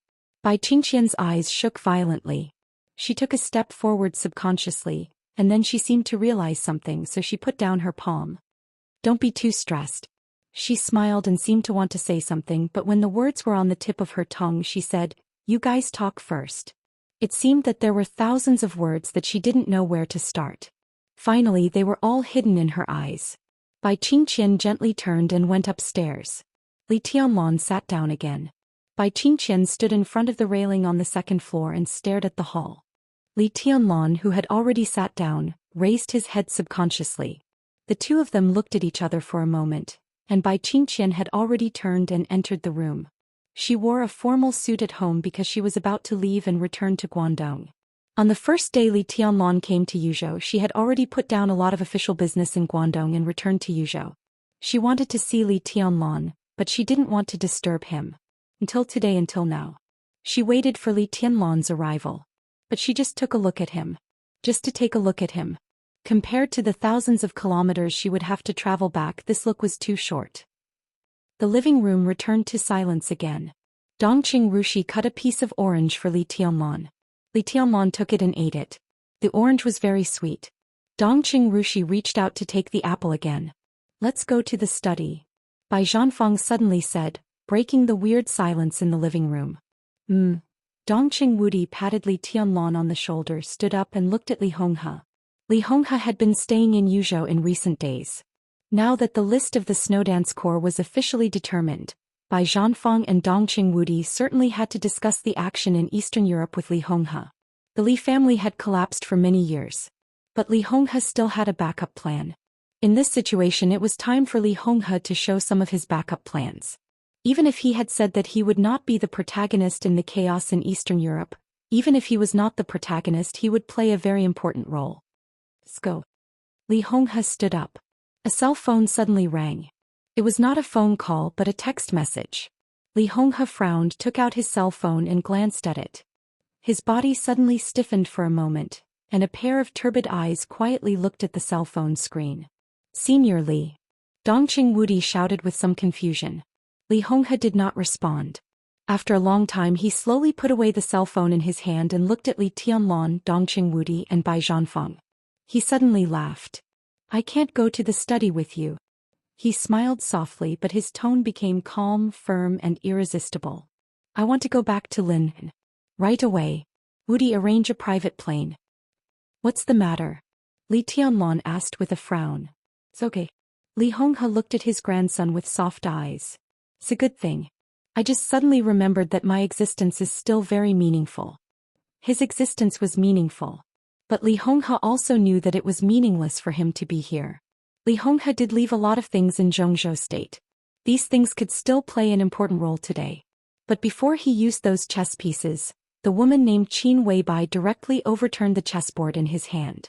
So the chess pieces in his hand began to overlap with the chess pieces in her hand. In such a situation, Li Honghe could still play a role.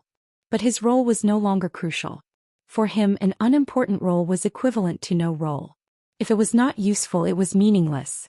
It was not until he received this text message that he realized that even if Qin Weibai controlled most of the chess pieces he had prepared, there were still some things that she could not control at all.